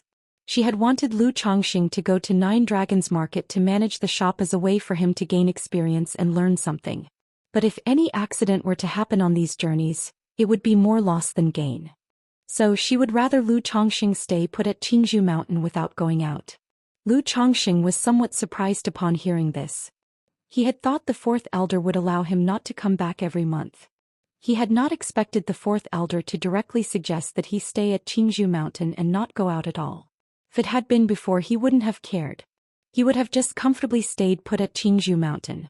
But now, having tasted the conveniences and benefits of Nine Dragons Market, he had a preference for staying there long term. Otherwise, spending all his days at Qingzhou Mountain, he would miss out on buying materials for the 100 Refinements treasure body art, materials for talisman making, earning spirit stones, or even finding a girl. Grandma, Chongqing still wants to go to Nine Dragons Market to experience the outside world. However, I'm thinking of bringing Yuner and the others to Nine Dragons Market later on. When coming back home, I can come with the second elder. Lu Chongqing voiced his thoughts. Yesterday he had also heard from Lu Miaoyun that the second elder would return after a certain period of time as well. That's also fine. With your talent in talisman making, there's not much more Grandma can teach you, and you don't have to come back every month. As for the matter with Yuner, you and your wife can discuss it among yourselves. It's not a problem to come back with the second elder. The second elder comes back almost every 6 months, which is also suitable, said the fourth elder after a moment of contemplation, nodding her assent. She could understand Lu Changsheng's thinking. After all, what 20-something-year-old would want to stay cooped up in Qingzhou Mountain all the time? Shortly after, Lu Chongqing finished chatting with the fourth elder, and also discussed with Lu Miaoyun, Chu Zhenjin, and the others about the subsequent arrangements. For this trip he would stay at home, waiting for Chu Zhenjin to give birth before going back to Nine Dragons Market. As for Lu Miaoyun and Chu Zhenjin, there was no rush to head to Nine Dragons Market.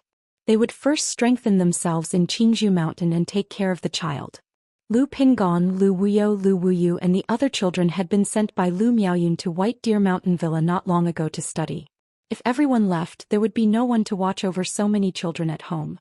Thus, Lu Chongqing settled down in Qingzhou Valley, waiting for Chu Zhenjin to have the baby. In the meantime, Lu Chongqing tested out the effects of the 100 Refinements treasure body art a little. All he could say was, it truly lived up to the orthodox level body refining techniques. Just the first level alone, and his physical body was comparable to a magic artifact, capable of dealing with 10 women in a single night. It just made him think about when he could get his hands on another cultivation technique that refined the 5 viscera and 6 bowels. Ideally, one that would transform his kidneys into an eternal furnace. In the blink of an eye, a month passed. That day, Lu Chongqing was feeding the 9 netherhound in the courtyard. The 9 netherhound was now over a meter tall, its fur black and glossy, with sharp, interlocking fangs protruding from its mouth and vertical pupils that intimidated the soul. Lu Chongqing felt that in a few years, anyone would be able to see the 9 netherhound's extraordinariness. The idea of setting the 9 netherhound free, letting it grow on its own outside, seemed indeed worth considering.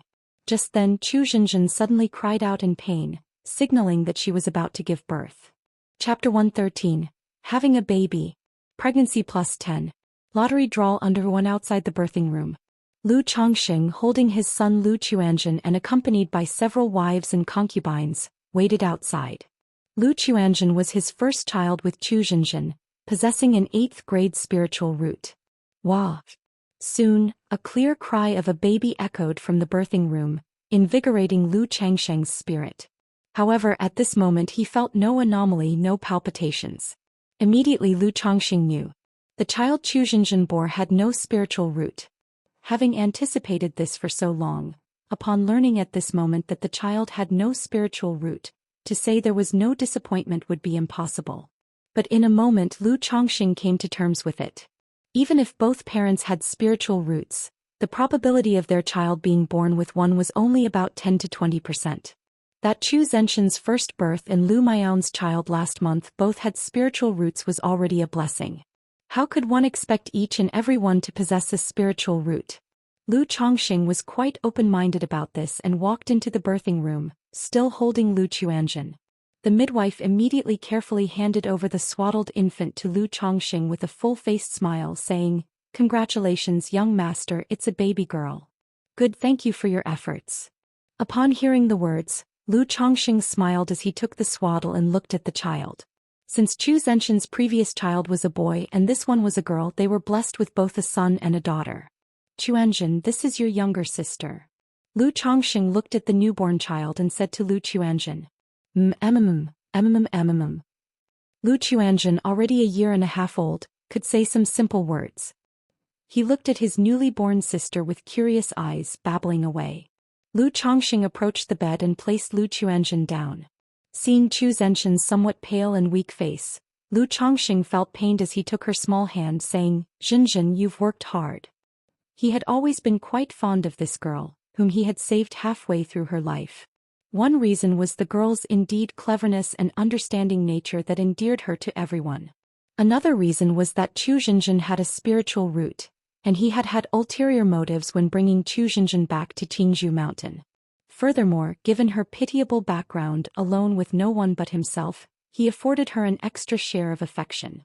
"Husband." A smile appeared on Chu Zhenshin's face as she softly called out to Lu Chongxing, then tried to sit up to look at the child. "Look how adorable, she will certainly be as cute as you, Zhenjin, when she grows up." Lu Chongxing immediately handed the child over for her to see, saying with a smile, "Chuanzhen, you must take good care of your sister and protect her, do you understand?" Chu Zhenjin smiled, then turned to her somewhat confused son Lu Chuanzhen and gently said. Seeing Chu Zhenshin's expression, Lu Chongxing knew she was thinking of her own childhood, thinking of her brother Chu Chang'e. He hadn't told Chu Zhenjin about the news of Chu Chang'e's demon cultivation. He just said that people were searching, but there was still no news. Now, more than 2 years later, with no news of her brother, Chu Zhenjin gradually realized that her brother was likely more unfortunate than fortunate. Thereupon Lu Chongxing took Chu Zhenshin's hand and gently comforted her. "As long as you have me, I will also take good care of all of you and protect you." In this world, wives and children are also his soft spot and one of the driving forces behind his efforts. In his view, if one couldn't even protect one's wives and children, then the path of immortality was cultivated in vain. "Husband, have you thought of a name for this child?" Chu Zhenjin asked, her pretty face showing a sweet smile. "Let's call her Yuzhen." Lu Chongxing pondered for a moment and named the little girl in his arms. "Chuanzhen Yuzhen." Chu Zhenjin heard the name, murmured it, and then softly said to the little girl, "Yuzhen Lu Yuzhen." The infant in her arms also cried out with a wah as if responding. Seeing this scene, both Lu Chongxing and Chu Zhenjin couldn't help but look at each other and smile. Soon after, the couple chatted for a while, and Lu Chongxing told Chu Zhenjin to rest well before leaving the room with the children. Atop a solemn, austere and eerily sinister platform, the cold wind howled. Around the platform stood tall metallic flagpoles, upon which black banners embroidered with various demon patterns flapped. Some had 3 heads and 6 arms, some had ferocious faces, some were covered in eyes, some had the bodies of demons and humans with wings, and others were headless with faces on their chests. These varied and lifelike patterns could chill the hearts of those who saw them, as if they were being watched by demons themselves. In the center of the platform sat a man in his 20s with an austere face and white hair, surrounded by many strange patterns and runes etched around him. At this time, dark red blood traced the patterns, continuously flowing towards the center where the white-haired young man sat. The man's face was contorted in pain, his fists clenched tightly, veins bulging, blood pulsing and sweat pouring from his body. But the white-haired young man just bit down hard on his teeth, uttering no sound, enduring the ordeal. No one knew how much time passed when suddenly the demon patterns on the surrounding banners seemed to come to life. Their crimson eyes suddenly opened, staring down at the white-haired man, filling the platform with an overwhelming blood-colored glow. Enveloped in this blood-red light, the white-haired young man let out a muffled groan. Blood flowed from his eyes, ears, mouth and nose, and the veins in his body bulged like worms, nearly bursting open. Boom! Just then, drenched in blood and in severe pain, the white-haired man's body emitted a thin blood-red membrane. It was like a layer of freshly spilled blood slowly flowing over his skin, transforming into an eerie blood-colored battle dress. Chapter 114. Having a baby. Pregnancy plus 10. Lottery draw. The pale-faced youth's face and skin revealed dark red demon patterns. Indeed, in less than a year's time, you've cultivated the demonic technique to completion. Just at that moment, a young man dressed in a black robe with an exceptionally handsome face walked out of the void. He looked at the pale-faced youth and revealed a satisfied smile. Then, with a wave of his hand, he and the pale-faced youth disappeared from the platform. 4 days after Zhou Xian gave birth, Lu Miaoge also returned to Qingzhou Mountain. She made an agreement with Lu Chongxing to depart for the 9 Dragons Market in 3 days.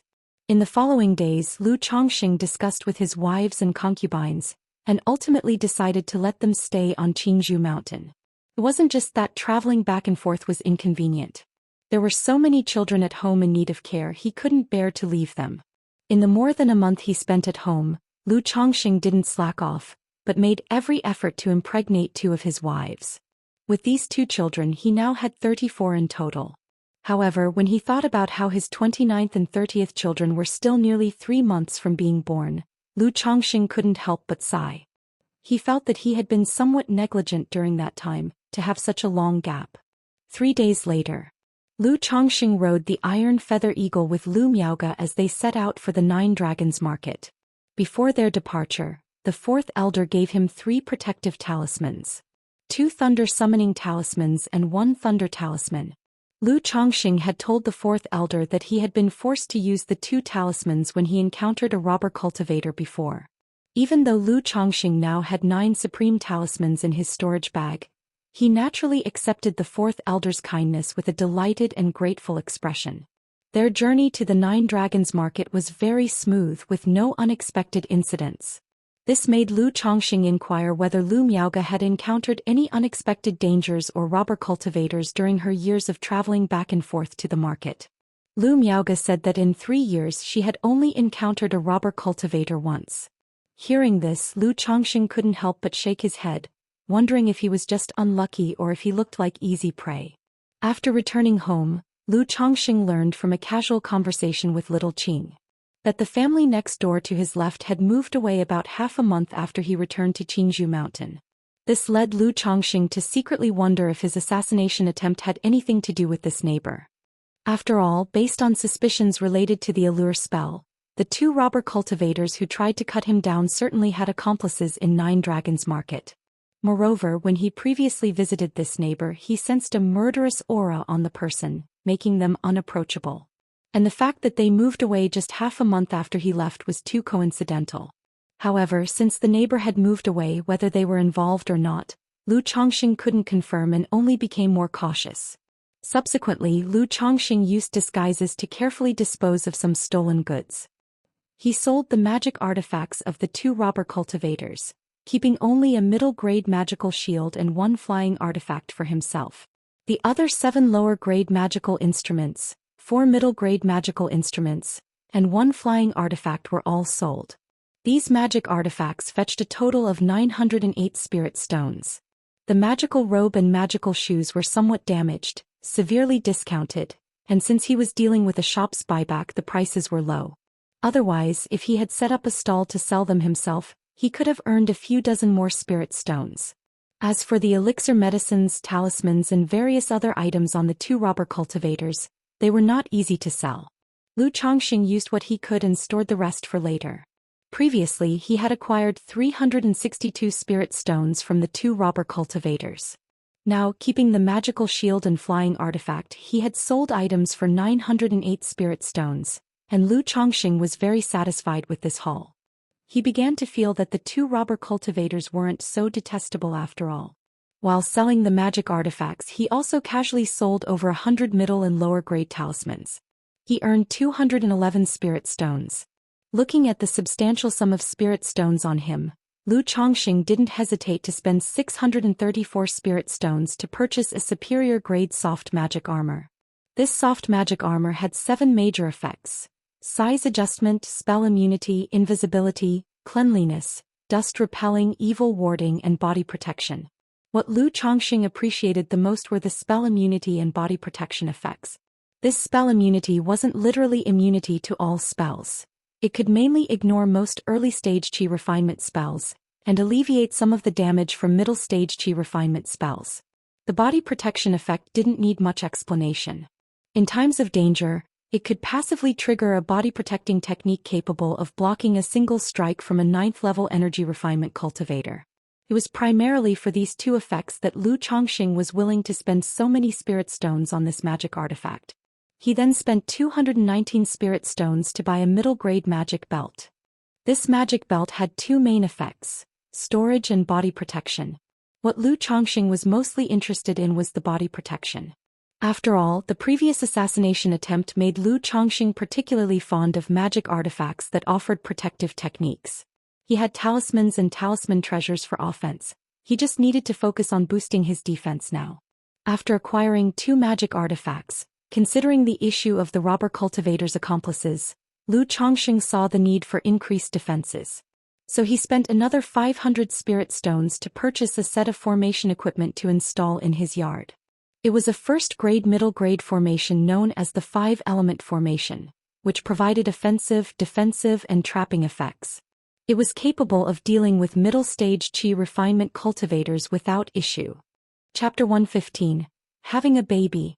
Pregnancy plus 10. Lottery draw. Dealing with energy refinement late-stage cultivators, it also has a certain effect. After buying things, Lu Chongqing couldn't help but shake his head and sigh. He really was someone who spent every spirit stone he had. He simply couldn't save any spirit stone. But this was also the situation for most cultivators.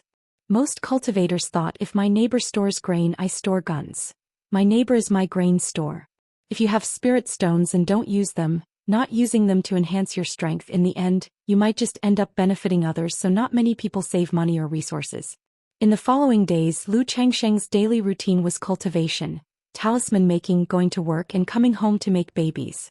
With half a month of effort as a key focus of Lu Chongqing's care, Guan Exin, who possessed a spiritual root, successfully became pregnant. After Guan Exin became pregnant for the remaining 9 maids, Lu Chongqing was actually quite casual. If they got pregnant, they got pregnant. If not, it didn't matter. However, with such matters, as long as nothing happened, getting pregnant was just a matter of time. A little over a month later, 2 of Lu Chongqing's maids, Yi Lian and Song Lan, became pregnant. Hai Tang and Bai He have been arranged as housekeepers, who have to work on daily tasks, so they better not get pregnant. But this way, won't the remaining 5 maids become pregnant in 2 or 3 months at most? When that time comes, do I have to buy another batch of maids? What does this make me, a breeding boar? Lu Chongqing heaved a deep sigh. Deep down he still felt somewhat uneasy and burdened by this sort of thing. Feeling it was purely for the sake of procreation without any emotional connection, seemed too much like a stud horse, which wasn't quite right. No, the women in the White Jade Tower are already in a bitter lot. What I'm doing is rescuing them from their misery, which is better than creating a 7-story pagoda. Moreover, I am doing this for cultivation, for becoming an immortal, for the great Tao, so whether I'm seen as a stud horse or not, even if misunderstood by others, as long as my conscience is clear, that's all that matters.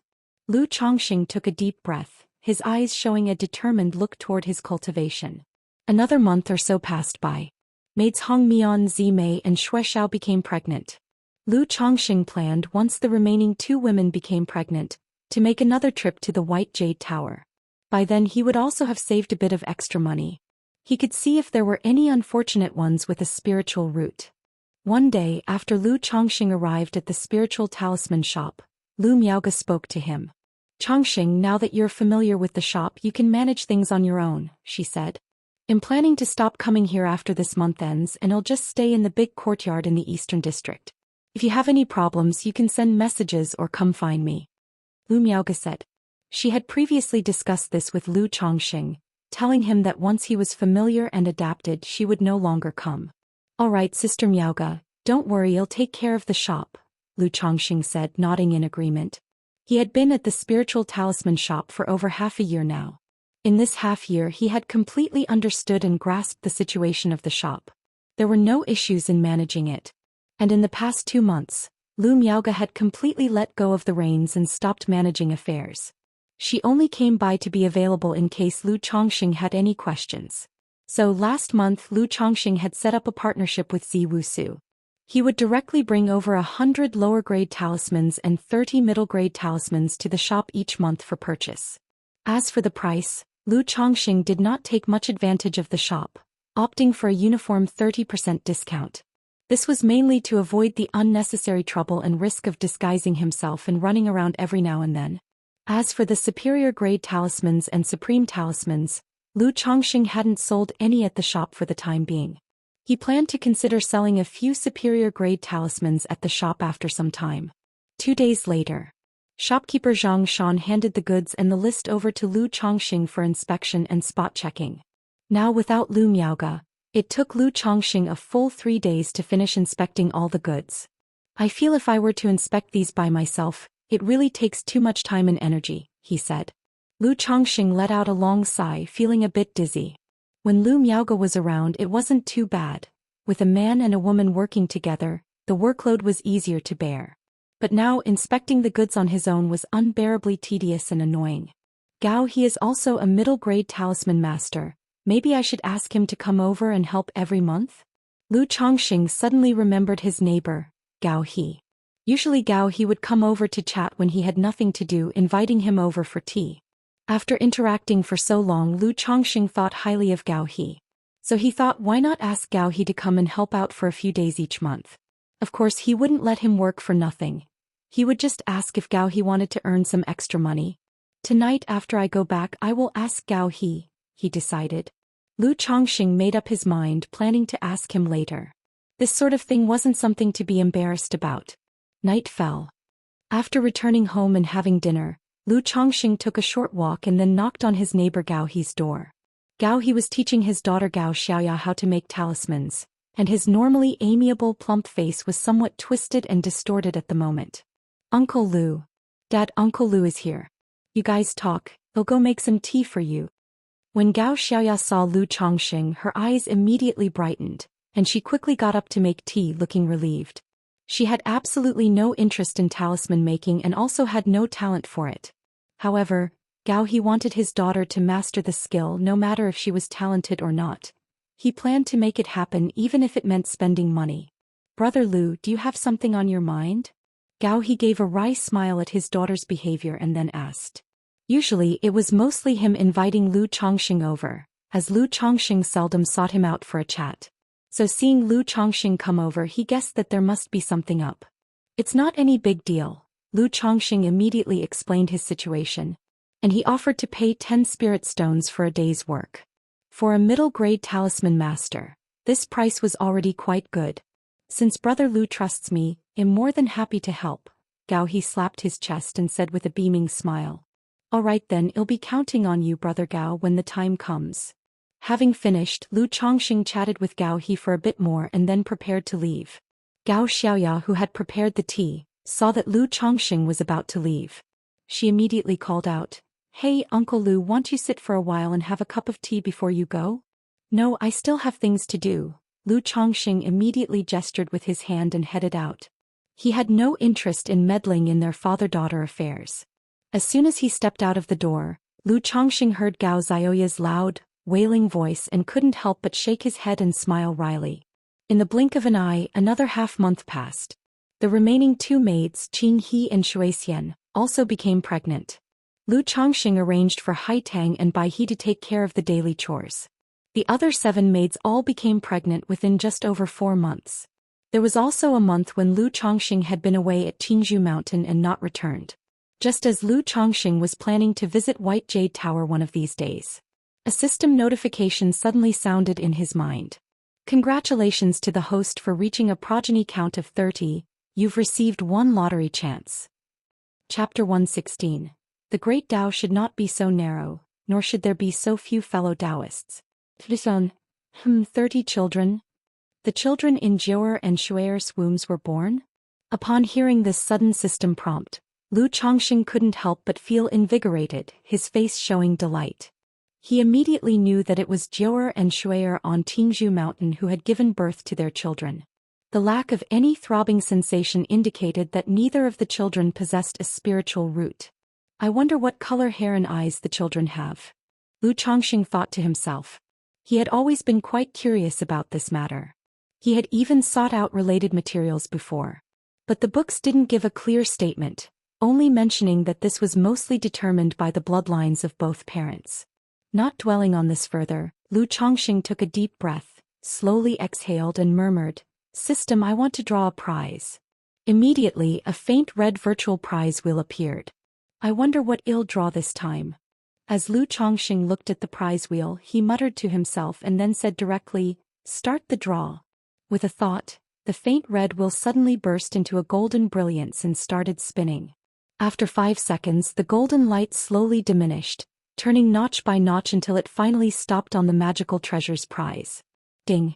Congratulations, host, for obtaining a magical treasure. Black Dragon Magical Bead. Reward has been issued to System Space. The host can check at any time. A black bead with a faint image of a flood dragon appearing and disappearing emerged from the prize wheel, accompanied by a system prompt sound. Magical treasure? Good heavens, I finally got something I wanted. Seeing the reward he drew this time, Lu Chongxing's eyes lit up as he showed a mixture of excitement and joy. From low to high, the magic artifacts used by cultivators are categorized as magic artifact, spiritual artifact, magical treasure, spiritual treasure, and heaven-reaching spiritual treasure. They correspond to different realms such as the Qi refinement realm, foundation establishment stage, core formation stage, nascent soul stage, and divinity transformation stage respectively. Only a nascent soul immortal can wield a magical treasure. Naturally, Lu Chongxing was unable to wield a magical treasure. However, the practice art he cultivated, 100 Refinements Treasure Body Art, allowed him to refine a magical treasure into his body to accelerate his cultivation. Previously, even a severely damaged fragment of a magical treasure had significantly advanced his 100 Refinements Treasure Body Art. With a whole magical treasure in hand, wouldn't he soar to new heights? Lu Chongxing immediately looked into the system space. He wanted to see what grade his newly obtained magical treasure was and what effects it had. Magical treasure, Black Dragon Magical Bead. Grade, Middle Grade Magical Treasure. Description: formed from a profound Een treasure bead as a container and refined with the soul of a third-rank evil flood dragon, it emits dark brilliance when activated, which can suppress the physical body and taint the mental spirit. When used to its extreme, it can command the soul of the evil flood dragon inside the bead to attack the enemy. The longer it is used, the more ferocious the evil flood dragon's might becomes, making it harder to control. Black Dragon Magical Bead, a middle-grade magical treasure. It can burst with dark light, suppress the physical body, taint the mental spirit, and also control the soul of the evil flood dragon to attack. After reading the description and grade of the magical treasure, Lu Chongxing was very satisfied. He felt that a middle-grade magical treasure was already quite impressive.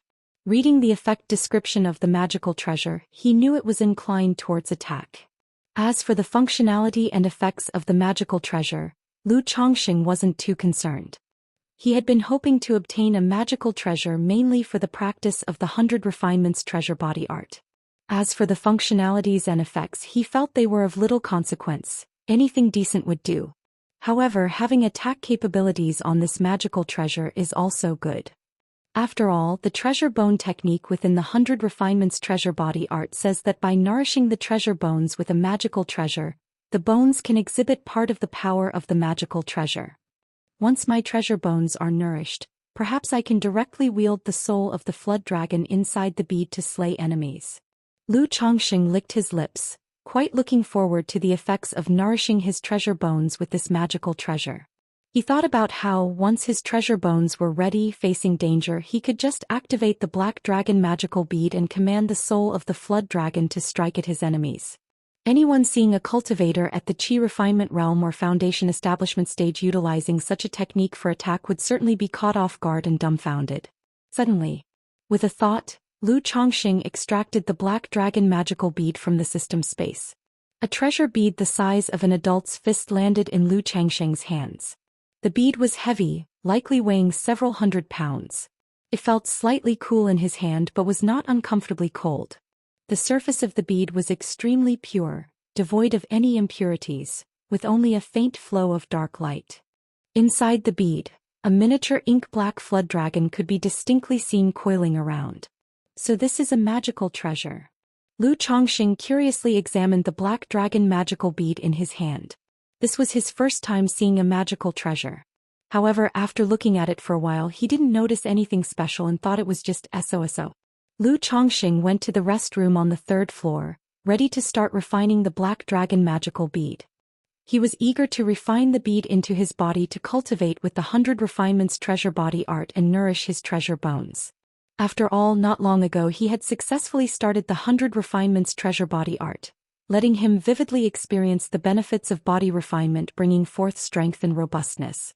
While his original body was quite good and very healthy, it was nothing compared to the feeling of body refinement success, with a body full of power, and the ability to spend the night with 10 women. Lu Chongqing activated the 100 refinements treasure body art, utilizing his mental spirit and spiritual power to begin refining the Black Dragon magical bead before him. Under the refining of his mental spirit and spiritual power, the Black Dragon magical bead emitted streaks of black air, spiraling out and ascending. The soul of the evil flood dragon coiling inside also became animated at this moment, vivid and lifelike as if it was about to break out of the bead. Lu Chongqing remained composed, knowing this was the activated state of the magical treasure, and continued to refine it with his mental spirit and mana. Chapter 117. The Great Tao should not be so insignificant, one should not have so few Tao companions. Just like that, time trickled by. After a long while, Lu Chongqing opened his eyes with a wry smile and said, "Who would have thought that to refine this Black Dragon magical bead and merge it into my body would not be an easy task? With my current peak at the 6th level of energy refinement, trying to fully refine this treasure bead will probably take 2 to 3 months." During the refining process just now, his spiritual power was completely depleted, and yet he hadn't even managed to refine 1% of the bead.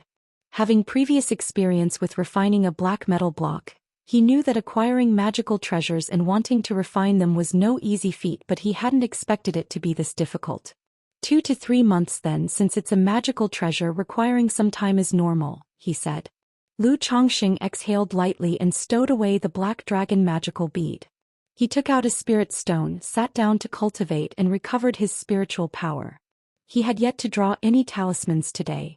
After his spiritual power had mostly recovered, Lu Chongqing took out the talisman-making tools and, in the talisman room, drew 2 middle-grade talismans and 2 superior-grade talismans.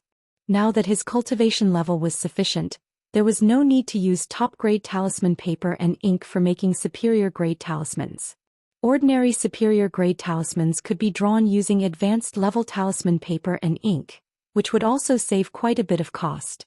After all, continuously using top-grade paper and ink to draw talismans, but not being able to immediately convert them into spirit stones, could still be quite costly. After finishing making talismans and seeing that it was getting dark, Lu Chongqing thought it was better to seize the day and decided to visit the White Jade Tower ahead of time. With over 300 spirit stones on him, he could afford to take in and help a few more unfortunate women. And he would also see if there were any such people with a spiritual root. After all, if he truly wanted to have more children with spiritual roots, it depended on having women with spiritual roots. Out of his 30 children, only 4 possessed a spiritual root. Among those 4, Chu Xinjin and Lu Miaoyun each had a child with one. The other wives had borne so many children, yet only 2 had a spiritual root. This inevitably made Lu Chongqing hold a sliver of hope for the children in the wombs of Xiao Yiyao, Xiao Qing and Guan Exin. After informing the shopkeeper Zhang Shan, Lu Chongqing headed out toward the White Jade Tower. "Brother Lu, where are you off to?" Yu Maoqing called out to Lu Chongqing as he passed by the Jade Meal Pavilion. Since the two lived across from each other and their shops were located nearby, they would greet each other and chat briefly when they met. Especially after Yu Maoqing found out during a conversation some time ago that Lu Chongqing was not a Lu family disciple but a son-in-law to the family, he felt as though he had found a kindred spirit. He began to complain to Lu Chongqing about marriage, expressing some regrets about marrying into such a cultivation family. While it was like having the backing of a large tree, it also often led to a wife who was very strict after marriage. Being a spirit cooking chef himself, constantly busy, he only had 10 spirit stones of pocket money a month. To such sentiments Lu Chongqing naturally could not relate. However, it was not good to say too much, so he simply responded with a few agreeing words, acknowledging the difficulty and sharing that his own wife was quite understanding in this regard. At that time, Yu Maoqing had not detected the tone in Lu Changsheng's response, and would come to drink and chat with him when he had nothing else to do. It wasn't until a short time later that Yu Maoqing saw all the ladies in Lu Changsheng's courtyard, which made him feel numb and silent. At that moment the way he looked at Lu Chongqing changed. Of course they did not become distant over just this one incident. They would still greet each other as usual, ask how things were going and invite each other to eat at the Jade Meal Pavilion. But he stopped asking Lu Chongqing out for drinks to complain about his marital life. He knew that complaining to someone like Lu Chongqing was like playing the lute to a cow. The latter simply could not understand his anguish and lacked any empathy. "I feel like the house is a bit short on maids. I'm planning to go check out the White Jade Tower," Lu Chongqing replied with a smile. He then cordially invited Yu Maoqing. "Brother Yu, would you care to join? Let me tell you this White Jade Tower. Scram scram scram." Yu Maoqing immediately darkened his face and waved his hand hastily when he heard this. "Brother Yu, as the saying goes, one should not walk a narrow Dao alone, nor should one have too few companions on the Dao. Therefore the more companions you have, the more steadfast the great Dao in your heart." Lu Chongqing joked, taking strides toward the White Jade Tower in search of the Dao. Watching Lu Changsheng's retreating figure, Yu Maoqing sighed softly, a hint of envy involuntarily appearing in his eyes. He knew that Lu Chongqing had over a dozen maids at home, and yet he was still off to wander around the White Jade Tower. Thinking of his own situation, he sighed softly. At this moment, a woman in her 30s with a beautiful face approached Yu Maoqing and said, "Husband, are you envious of Lu Chongqing? Do you also wish to take a few more concubines?" Upon hearing this, Yu Maoqing shivered, not expecting his wife to be nearby. He promptly replied with a serious face, "No, not at all, there's absolutely nothing like that." Although he harbored such desires, this was something he definitely could not admit. However, before he could further explain, the woman sighed and murmured, "Husband, it has been 20 years since I married you. In these 20 years I've only borne you Fenger, Yuner, Yuer and Shuer. Among them only Shuer has a spiritual root and can cultivate. Perhaps you should take a few more concubines." "That wouldn't be right, would it?" Yu Maoqing hesitantly replied. "It's fine, husband. Whatever type you like I will help you pick," the woman said with a gentle, soft smile. "How many would you like, 3, 5 or 10? No need, just one will do, one is enough," Yu Maoqing said with a smile on his face. "Great, Yu Maoqing, when I married you I was a pure maiden. Not only did I secure this pavilion for you, but I also bore you 4 children, and now you think I'm old and want to take a concubine, don't you?" Chapter 118. The great Tao should not be so insignificant, one should not have so few Tao companions. The woman's face, which had been filled with smiles just a moment ago, suddenly turned cold and with a snort she turned and left. Seeing this, Yu Maoqing sighed to the heavens, knowing he had been caught in his own trap again. He hurried after her, trying to appease. My wife, listen to my explanation. My love for you is as clear as the sun and moon, how could I possibly entertain such thoughts? It was just a joke." When Lu Chongqing arrived at the White Jade Tower, the red-dressed girl who greeted him already remembered him. She immediately approached with a beaming smile and led him to a room on the 2nd floor. "Master Lu, it's been a long time. Jianyang has truly missed you." In the room, dressed in a black phoenix bird misty silk long dress and oozing charm, the seductive Feng Jianyang greeted Lu Chongqing with a demure smile. "Manager Feng, I've come this time to buy a few more maids. I wonder if the White Jade Tower currently has any spiritual root maids, preferably priced under 300 spirit stones. Lu Changsheng's gaze unconsciously swept over the fullness of her neckline and the plump thighs under her dress. Then he spoke. Every time he came to the White Jade Tower and saw this Feng Junyang, he couldn't help but exclaim that this woman was charming to the bone. This made him think if she was just a manager at the Nine Dragons Market's White Jade Tower, how alluring the managers or those higher up in an immortal city or at the headquarters might be. Master Lu, please enjoy the tea. I will go see if there is an appropriate candidate for you, Feng Junyang said with a soft, alluring smile, not minding Lu Changsheng's gaze. After pouring tea for Lu Changsheng and bending over, she swayed her slender waist and clicked out of the room. Before long, Feng Junyang returned, placed 2 jade slips on the table and said, I've just checked and currently there are only 2 girls who meet Master Lu's requirements. Please see if you are interested. All right. Lu Changsheng nodded, picked up a jade slip and placed it on his forehead, sensing it with his spiritual mind. Immediately he saw a 15 or 16-year-old girl with delicate features, a petite and adorable figure. Her cute face held a look of grievance and reluctance. Without thinking he knew this girl must have been like Xiao Yiyao, ending up in the White Jade Tower due to various circumstances and reasons. And so he intended to rescue them. Lu Changsheng picked up the second jade slip. The image inside was of a 27 or 28-year-old woman with attractive features and a shapely figure, but she appeared somewhat weak, with a hint of numbness in her eyes. What are the circumstances of these 2 maids and what are their prices? With his experiences from the previous 2 times, Lu Changsheng was now quite experienced and asked directly. This woman has a Qi Refinement 2nd level cultivation level and possesses a 9th grade spiritual root. She is priced at 210 spirit stones. This woman has a 7th grade spiritual root but no cultivation level, and she is priced at 300 spirit stones. Feng Junyang pointed to the 2 jade slips and introduced. Why does she have a 7th grade spiritual root but no cultivation level? And isn't the price for a 7th grade spiritual root more than this? Upon hearing this, Lu Changsheng's eyebrows rose, questioning her. He had a general idea of the pricing for maids at the White Jade Tower. A maid with a 7th grade spiritual root would normally cost at least 500 or 600 spirit stones. This woman originally had a Qi Refinement 5th level cultivation level, but her Qi Ocean core was damaged, resulting in the loss of her cultivation level, which is why she has no cultivation level. And that is exactly why, despite having a 7th grade spiritual root, she only costs 300 spirit stones, explained Feng Junyang. I see, said Lu Changsheng, nodding slightly. No wonder when he had looked at her in the jade slip just now she seemed somewhat fragile. Presumably her body was only beginning to recover and was still weak. Looking at it this way, this young matron must have suffered much more than the young girl. In that case he decided to choose to rescue this young matron. Without delay, Lu Changsheng spoke. Please show me her detailed information, Manager Feng. Feng Junyang brought out the information about this maid. Lu Changsheng scrutinized it closely. The woman's name was Xiao Yueru, 30 years old, much like Xiao Yiyao from a small Qi refinement family. Because her family was destroyed, she ended up at the White Jade Tower.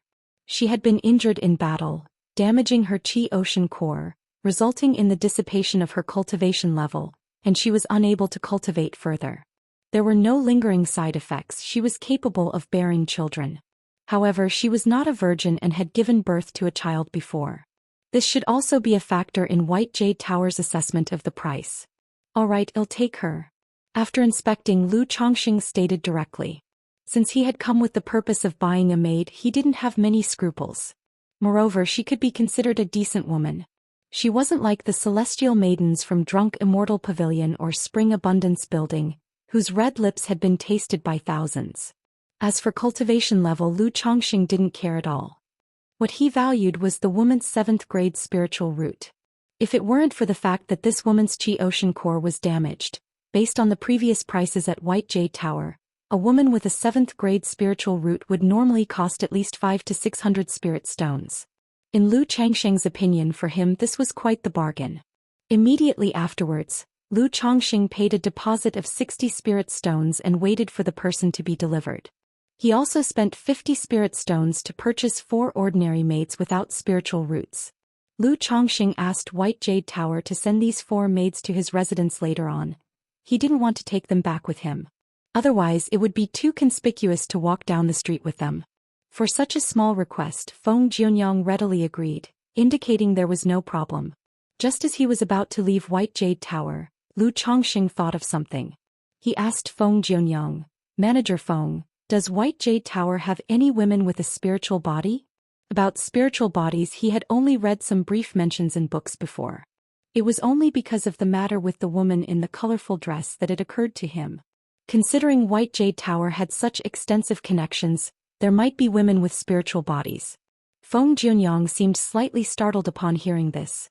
Then she softly smiled coquettishly, "Of course we do." Lu Chongqing was somewhat surprised upon hearing this. He hadn't expected that within White Jade Tower, there would indeed be women with a spiritual body. It seemed White Jade Tower was even more impressive than he had imagined. Seeing Lu Chongqing's surprise, Feng Jianyang chuckled lightly and continued, "However, individuals with a spiritual body are extremely rare, 1 in 10,000, and even White Jade Tower doesn't see many of them. Plus, even if there are any, they are generally thinking of finding a Dao companion through White Jade Tower, hoping to marry a satisfactory gentleman. If young Master Lu is looking to spend spirit stones to buy a maid, I'm afraid he will be disappointed. Even we at White Jade Tower don't have many maids with a spiritual body, and many people come to us with reservations. If young Master Lu is interested, he can first pay a deposit, and when White Jade Tower finds someone with a spiritual body, we will notify him." With a charming smile on her face, Feng Jianyang spoke unhurriedly. "I was just asking casually." Hearing this, Lu Chongqing was not really disappointed as he found this more normal. Otherwise, if even women with spiritual bodies were being casually sold at White Jade Tower, their power would be quite terrifying. He didn't ask further. Now women bearing a spiritual body were a bit out of reach for him, not something he could contemplate at this stage. If he happened to meet one, that would be more than good enough.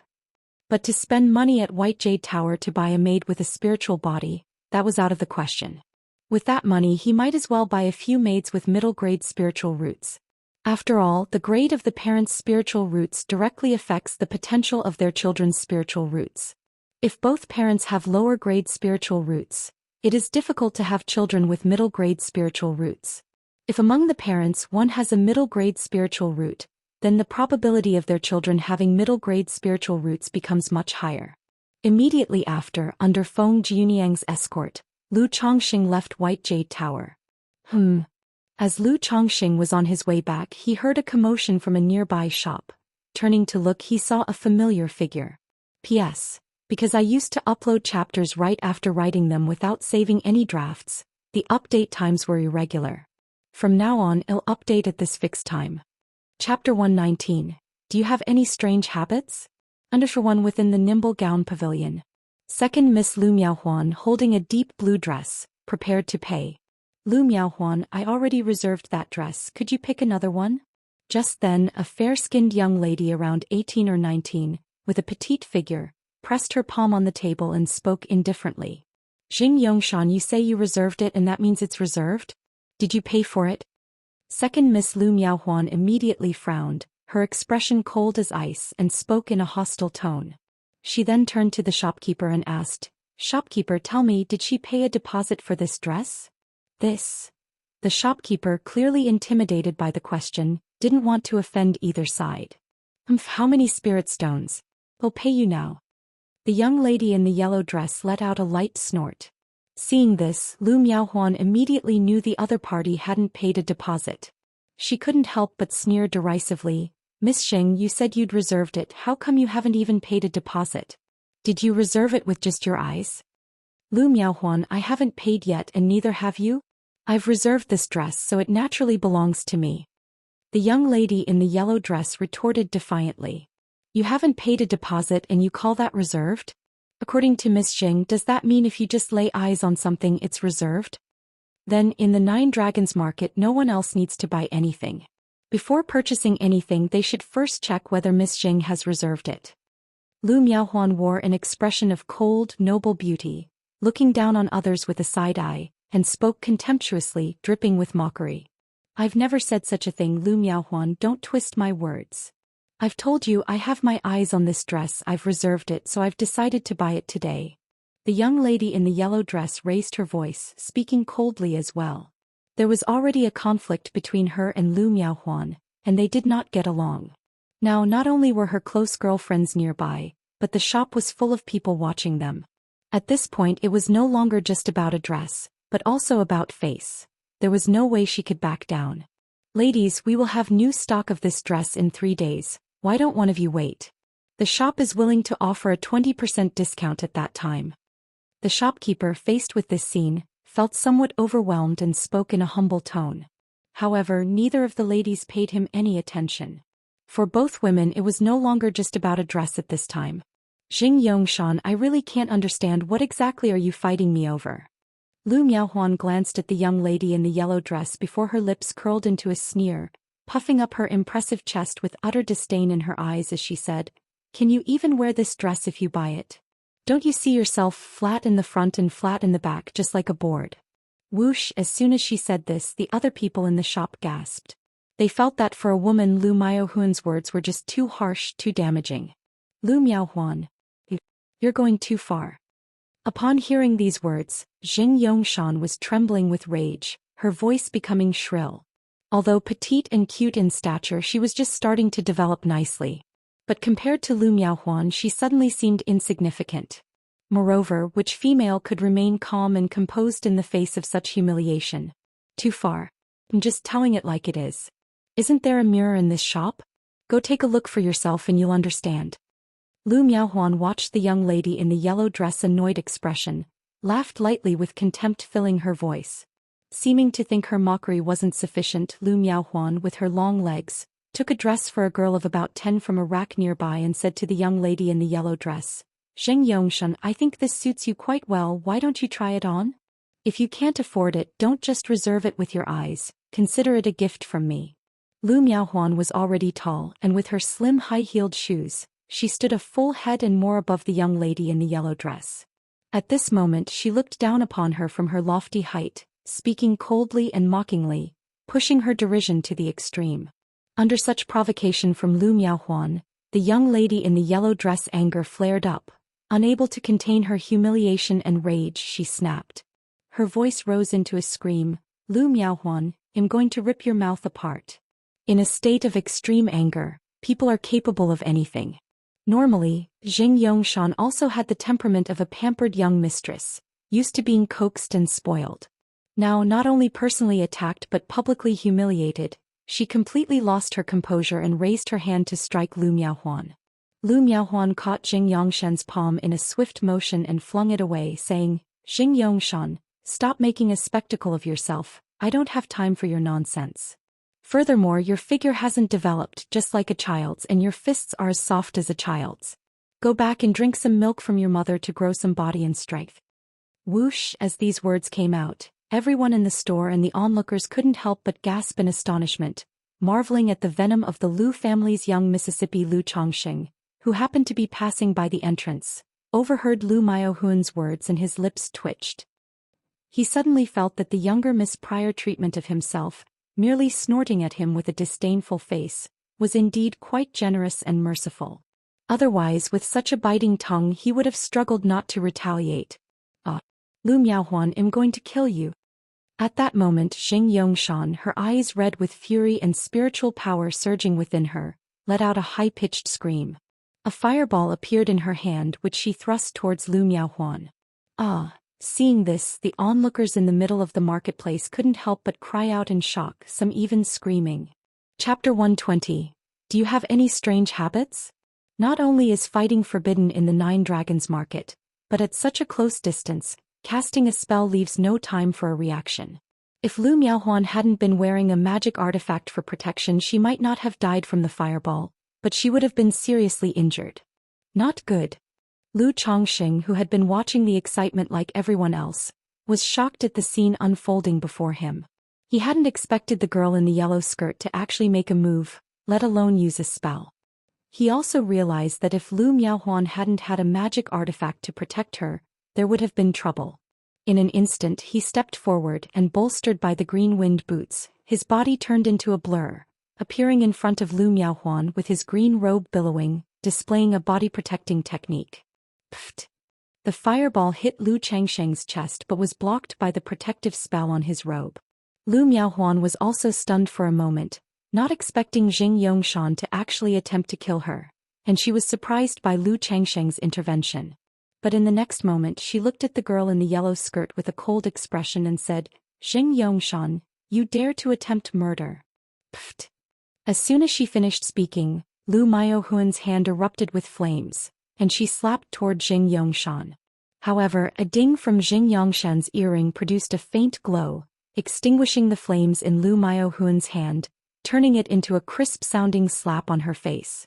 Lu Chongqing was somewhat taken aback by this. It appeared the girl in the yellow skirt had the temperament of a spoilt young lady, acting without considering the consequences. But this second miss wasn't any better off, as the two were evenly matched in their recklessness. Lu Miaohuan, I'm going to kill you. Kill you. Jing Yongshan was humiliated and enraged by the slap, her voice becoming sharp and almost hysterical as she fumbled in her storage bag for a talisman to activate. Damn it! Seeing the talisman, Lu Chongqing immediately recognized it as a superior-grade talisman. He knew that the children of cultivation families always had some life-saving methods when out and about. If the two were to continue, the situation would escalate. Acting quickly with a swift move, he snatched the talisman from her hand and said, "Miss, calm down, please calm down." Lu Chongqing, step aside. I want to see if she has the ability to kill me. Although Lu Miaohuan didn't understand how Lu Chongqing had appeared, she was equally angry, with two talismans appearing in her hand ready to retaliate. "Shan, sister, let it go, let it go." At this time, two of Jing Yongshan's close friends stepped forward to mediate. They hadn't expected a minor issue to lead to such a confrontation between Jing Yongshan and Lu Miaohuan. They couldn't just sit by and watch the situation escalate further. That would not only draw the attention of the 9 Dragons Marketplace's enforcers. If one of them got hurt, it would involve the families behind them, the Lu family of Qingzhou Mountain and the Jing family of Wugong Ridge. Second miss, let it go please. Seeing people persuading them, Lu Chongqing also promptly urged Lu Miaohuan to stop. He wouldn't have gotten involved if he hadn't seen the other party make a move, fearing that Lu Miaohuan might get into trouble. Now that he was involved, he couldn't just watch the two of them continue to quarrel and sought to defuse the situation. Humph. At his words, Lu Miaohuan snorted softly, putting away the talismans in her hands. She may have been impulsive, but she was not foolish and knew continuing the argument would make things difficult to resolve. Miss, let's stop here please. I apologize on behalf of the 2nd Mississippi. If we continue, the enforcers will be here soon. Although your families have some influence, you were the one who struck first and it won't look good if things get out of hand. Lu Chongqing, seeing Jing Yongshan's eyes red with rage, returned the talisman to her with a soft tone. Although he thought her attempt to kill was a serious problem, such matters, if left to escalate further, wouldn't do either party any good. Eventually, one side had to back down and offer a way out. Otherwise, there would be no end to it. Lu Chongqing, I did no wrong, why apologize to her? Lu Miaohuan was not pleased when Lu Chongqing apologized on her behalf to Jing Yongshan. My lady, please just do me a favor and keep quiet. Lu Chongqing immediately said to Lu Miaohuan upon seeing Jing Yongshan's anger flaring up again. Humph, Lu Miaohuan, you just wait for this. Jing Yongshan regained her composure, aware of her impulsivity, took the talisman back from Lu Chongqing and coldly said, looking at Lu Miaohuan with reddened eyes. She was about to leave, then paused, turned back and added, Lu Chongqing, right? But remember you too. Lu Chongqing was somewhat speechless at this. Always amicable, he never offended anyone, and he hadn't expected to be remembered over such an incident. Who's afraid? Lu Miaohuan was about to retort, not willing to yield, when Lu Chongqing, seeing where this was headed, quickly covered her mouth to stop her. Allowing Lu Miaohuan to retort would probably lead to Jing Yongshan doing the same, and the argument would become never-ending. At this moment, Lu Chongqing thought to himself that it was a miracle these young ladies had managed to live this long without someone killing them over their attitudes. Lu Miaohuan felt the warmth of Lu Chongqing's palm on her mouth and was momentarily startled. She had never been so close to a man before, and Lu Chongqing's actions made her nervous and flustered. Hastily removing his hand from her mouth, her face flushed with a hint of embarrassment, she said, Lu Chongqing, what are you doing? Lu Chongqing also felt the moisture of her lips against his palm. realizing his behavior was a bit overboard and somewhat rude. He immediately showed a hint of apology and said, Sorry, I acted hastily in a moment of urgency. Please forgive me, 2nd Mississippi.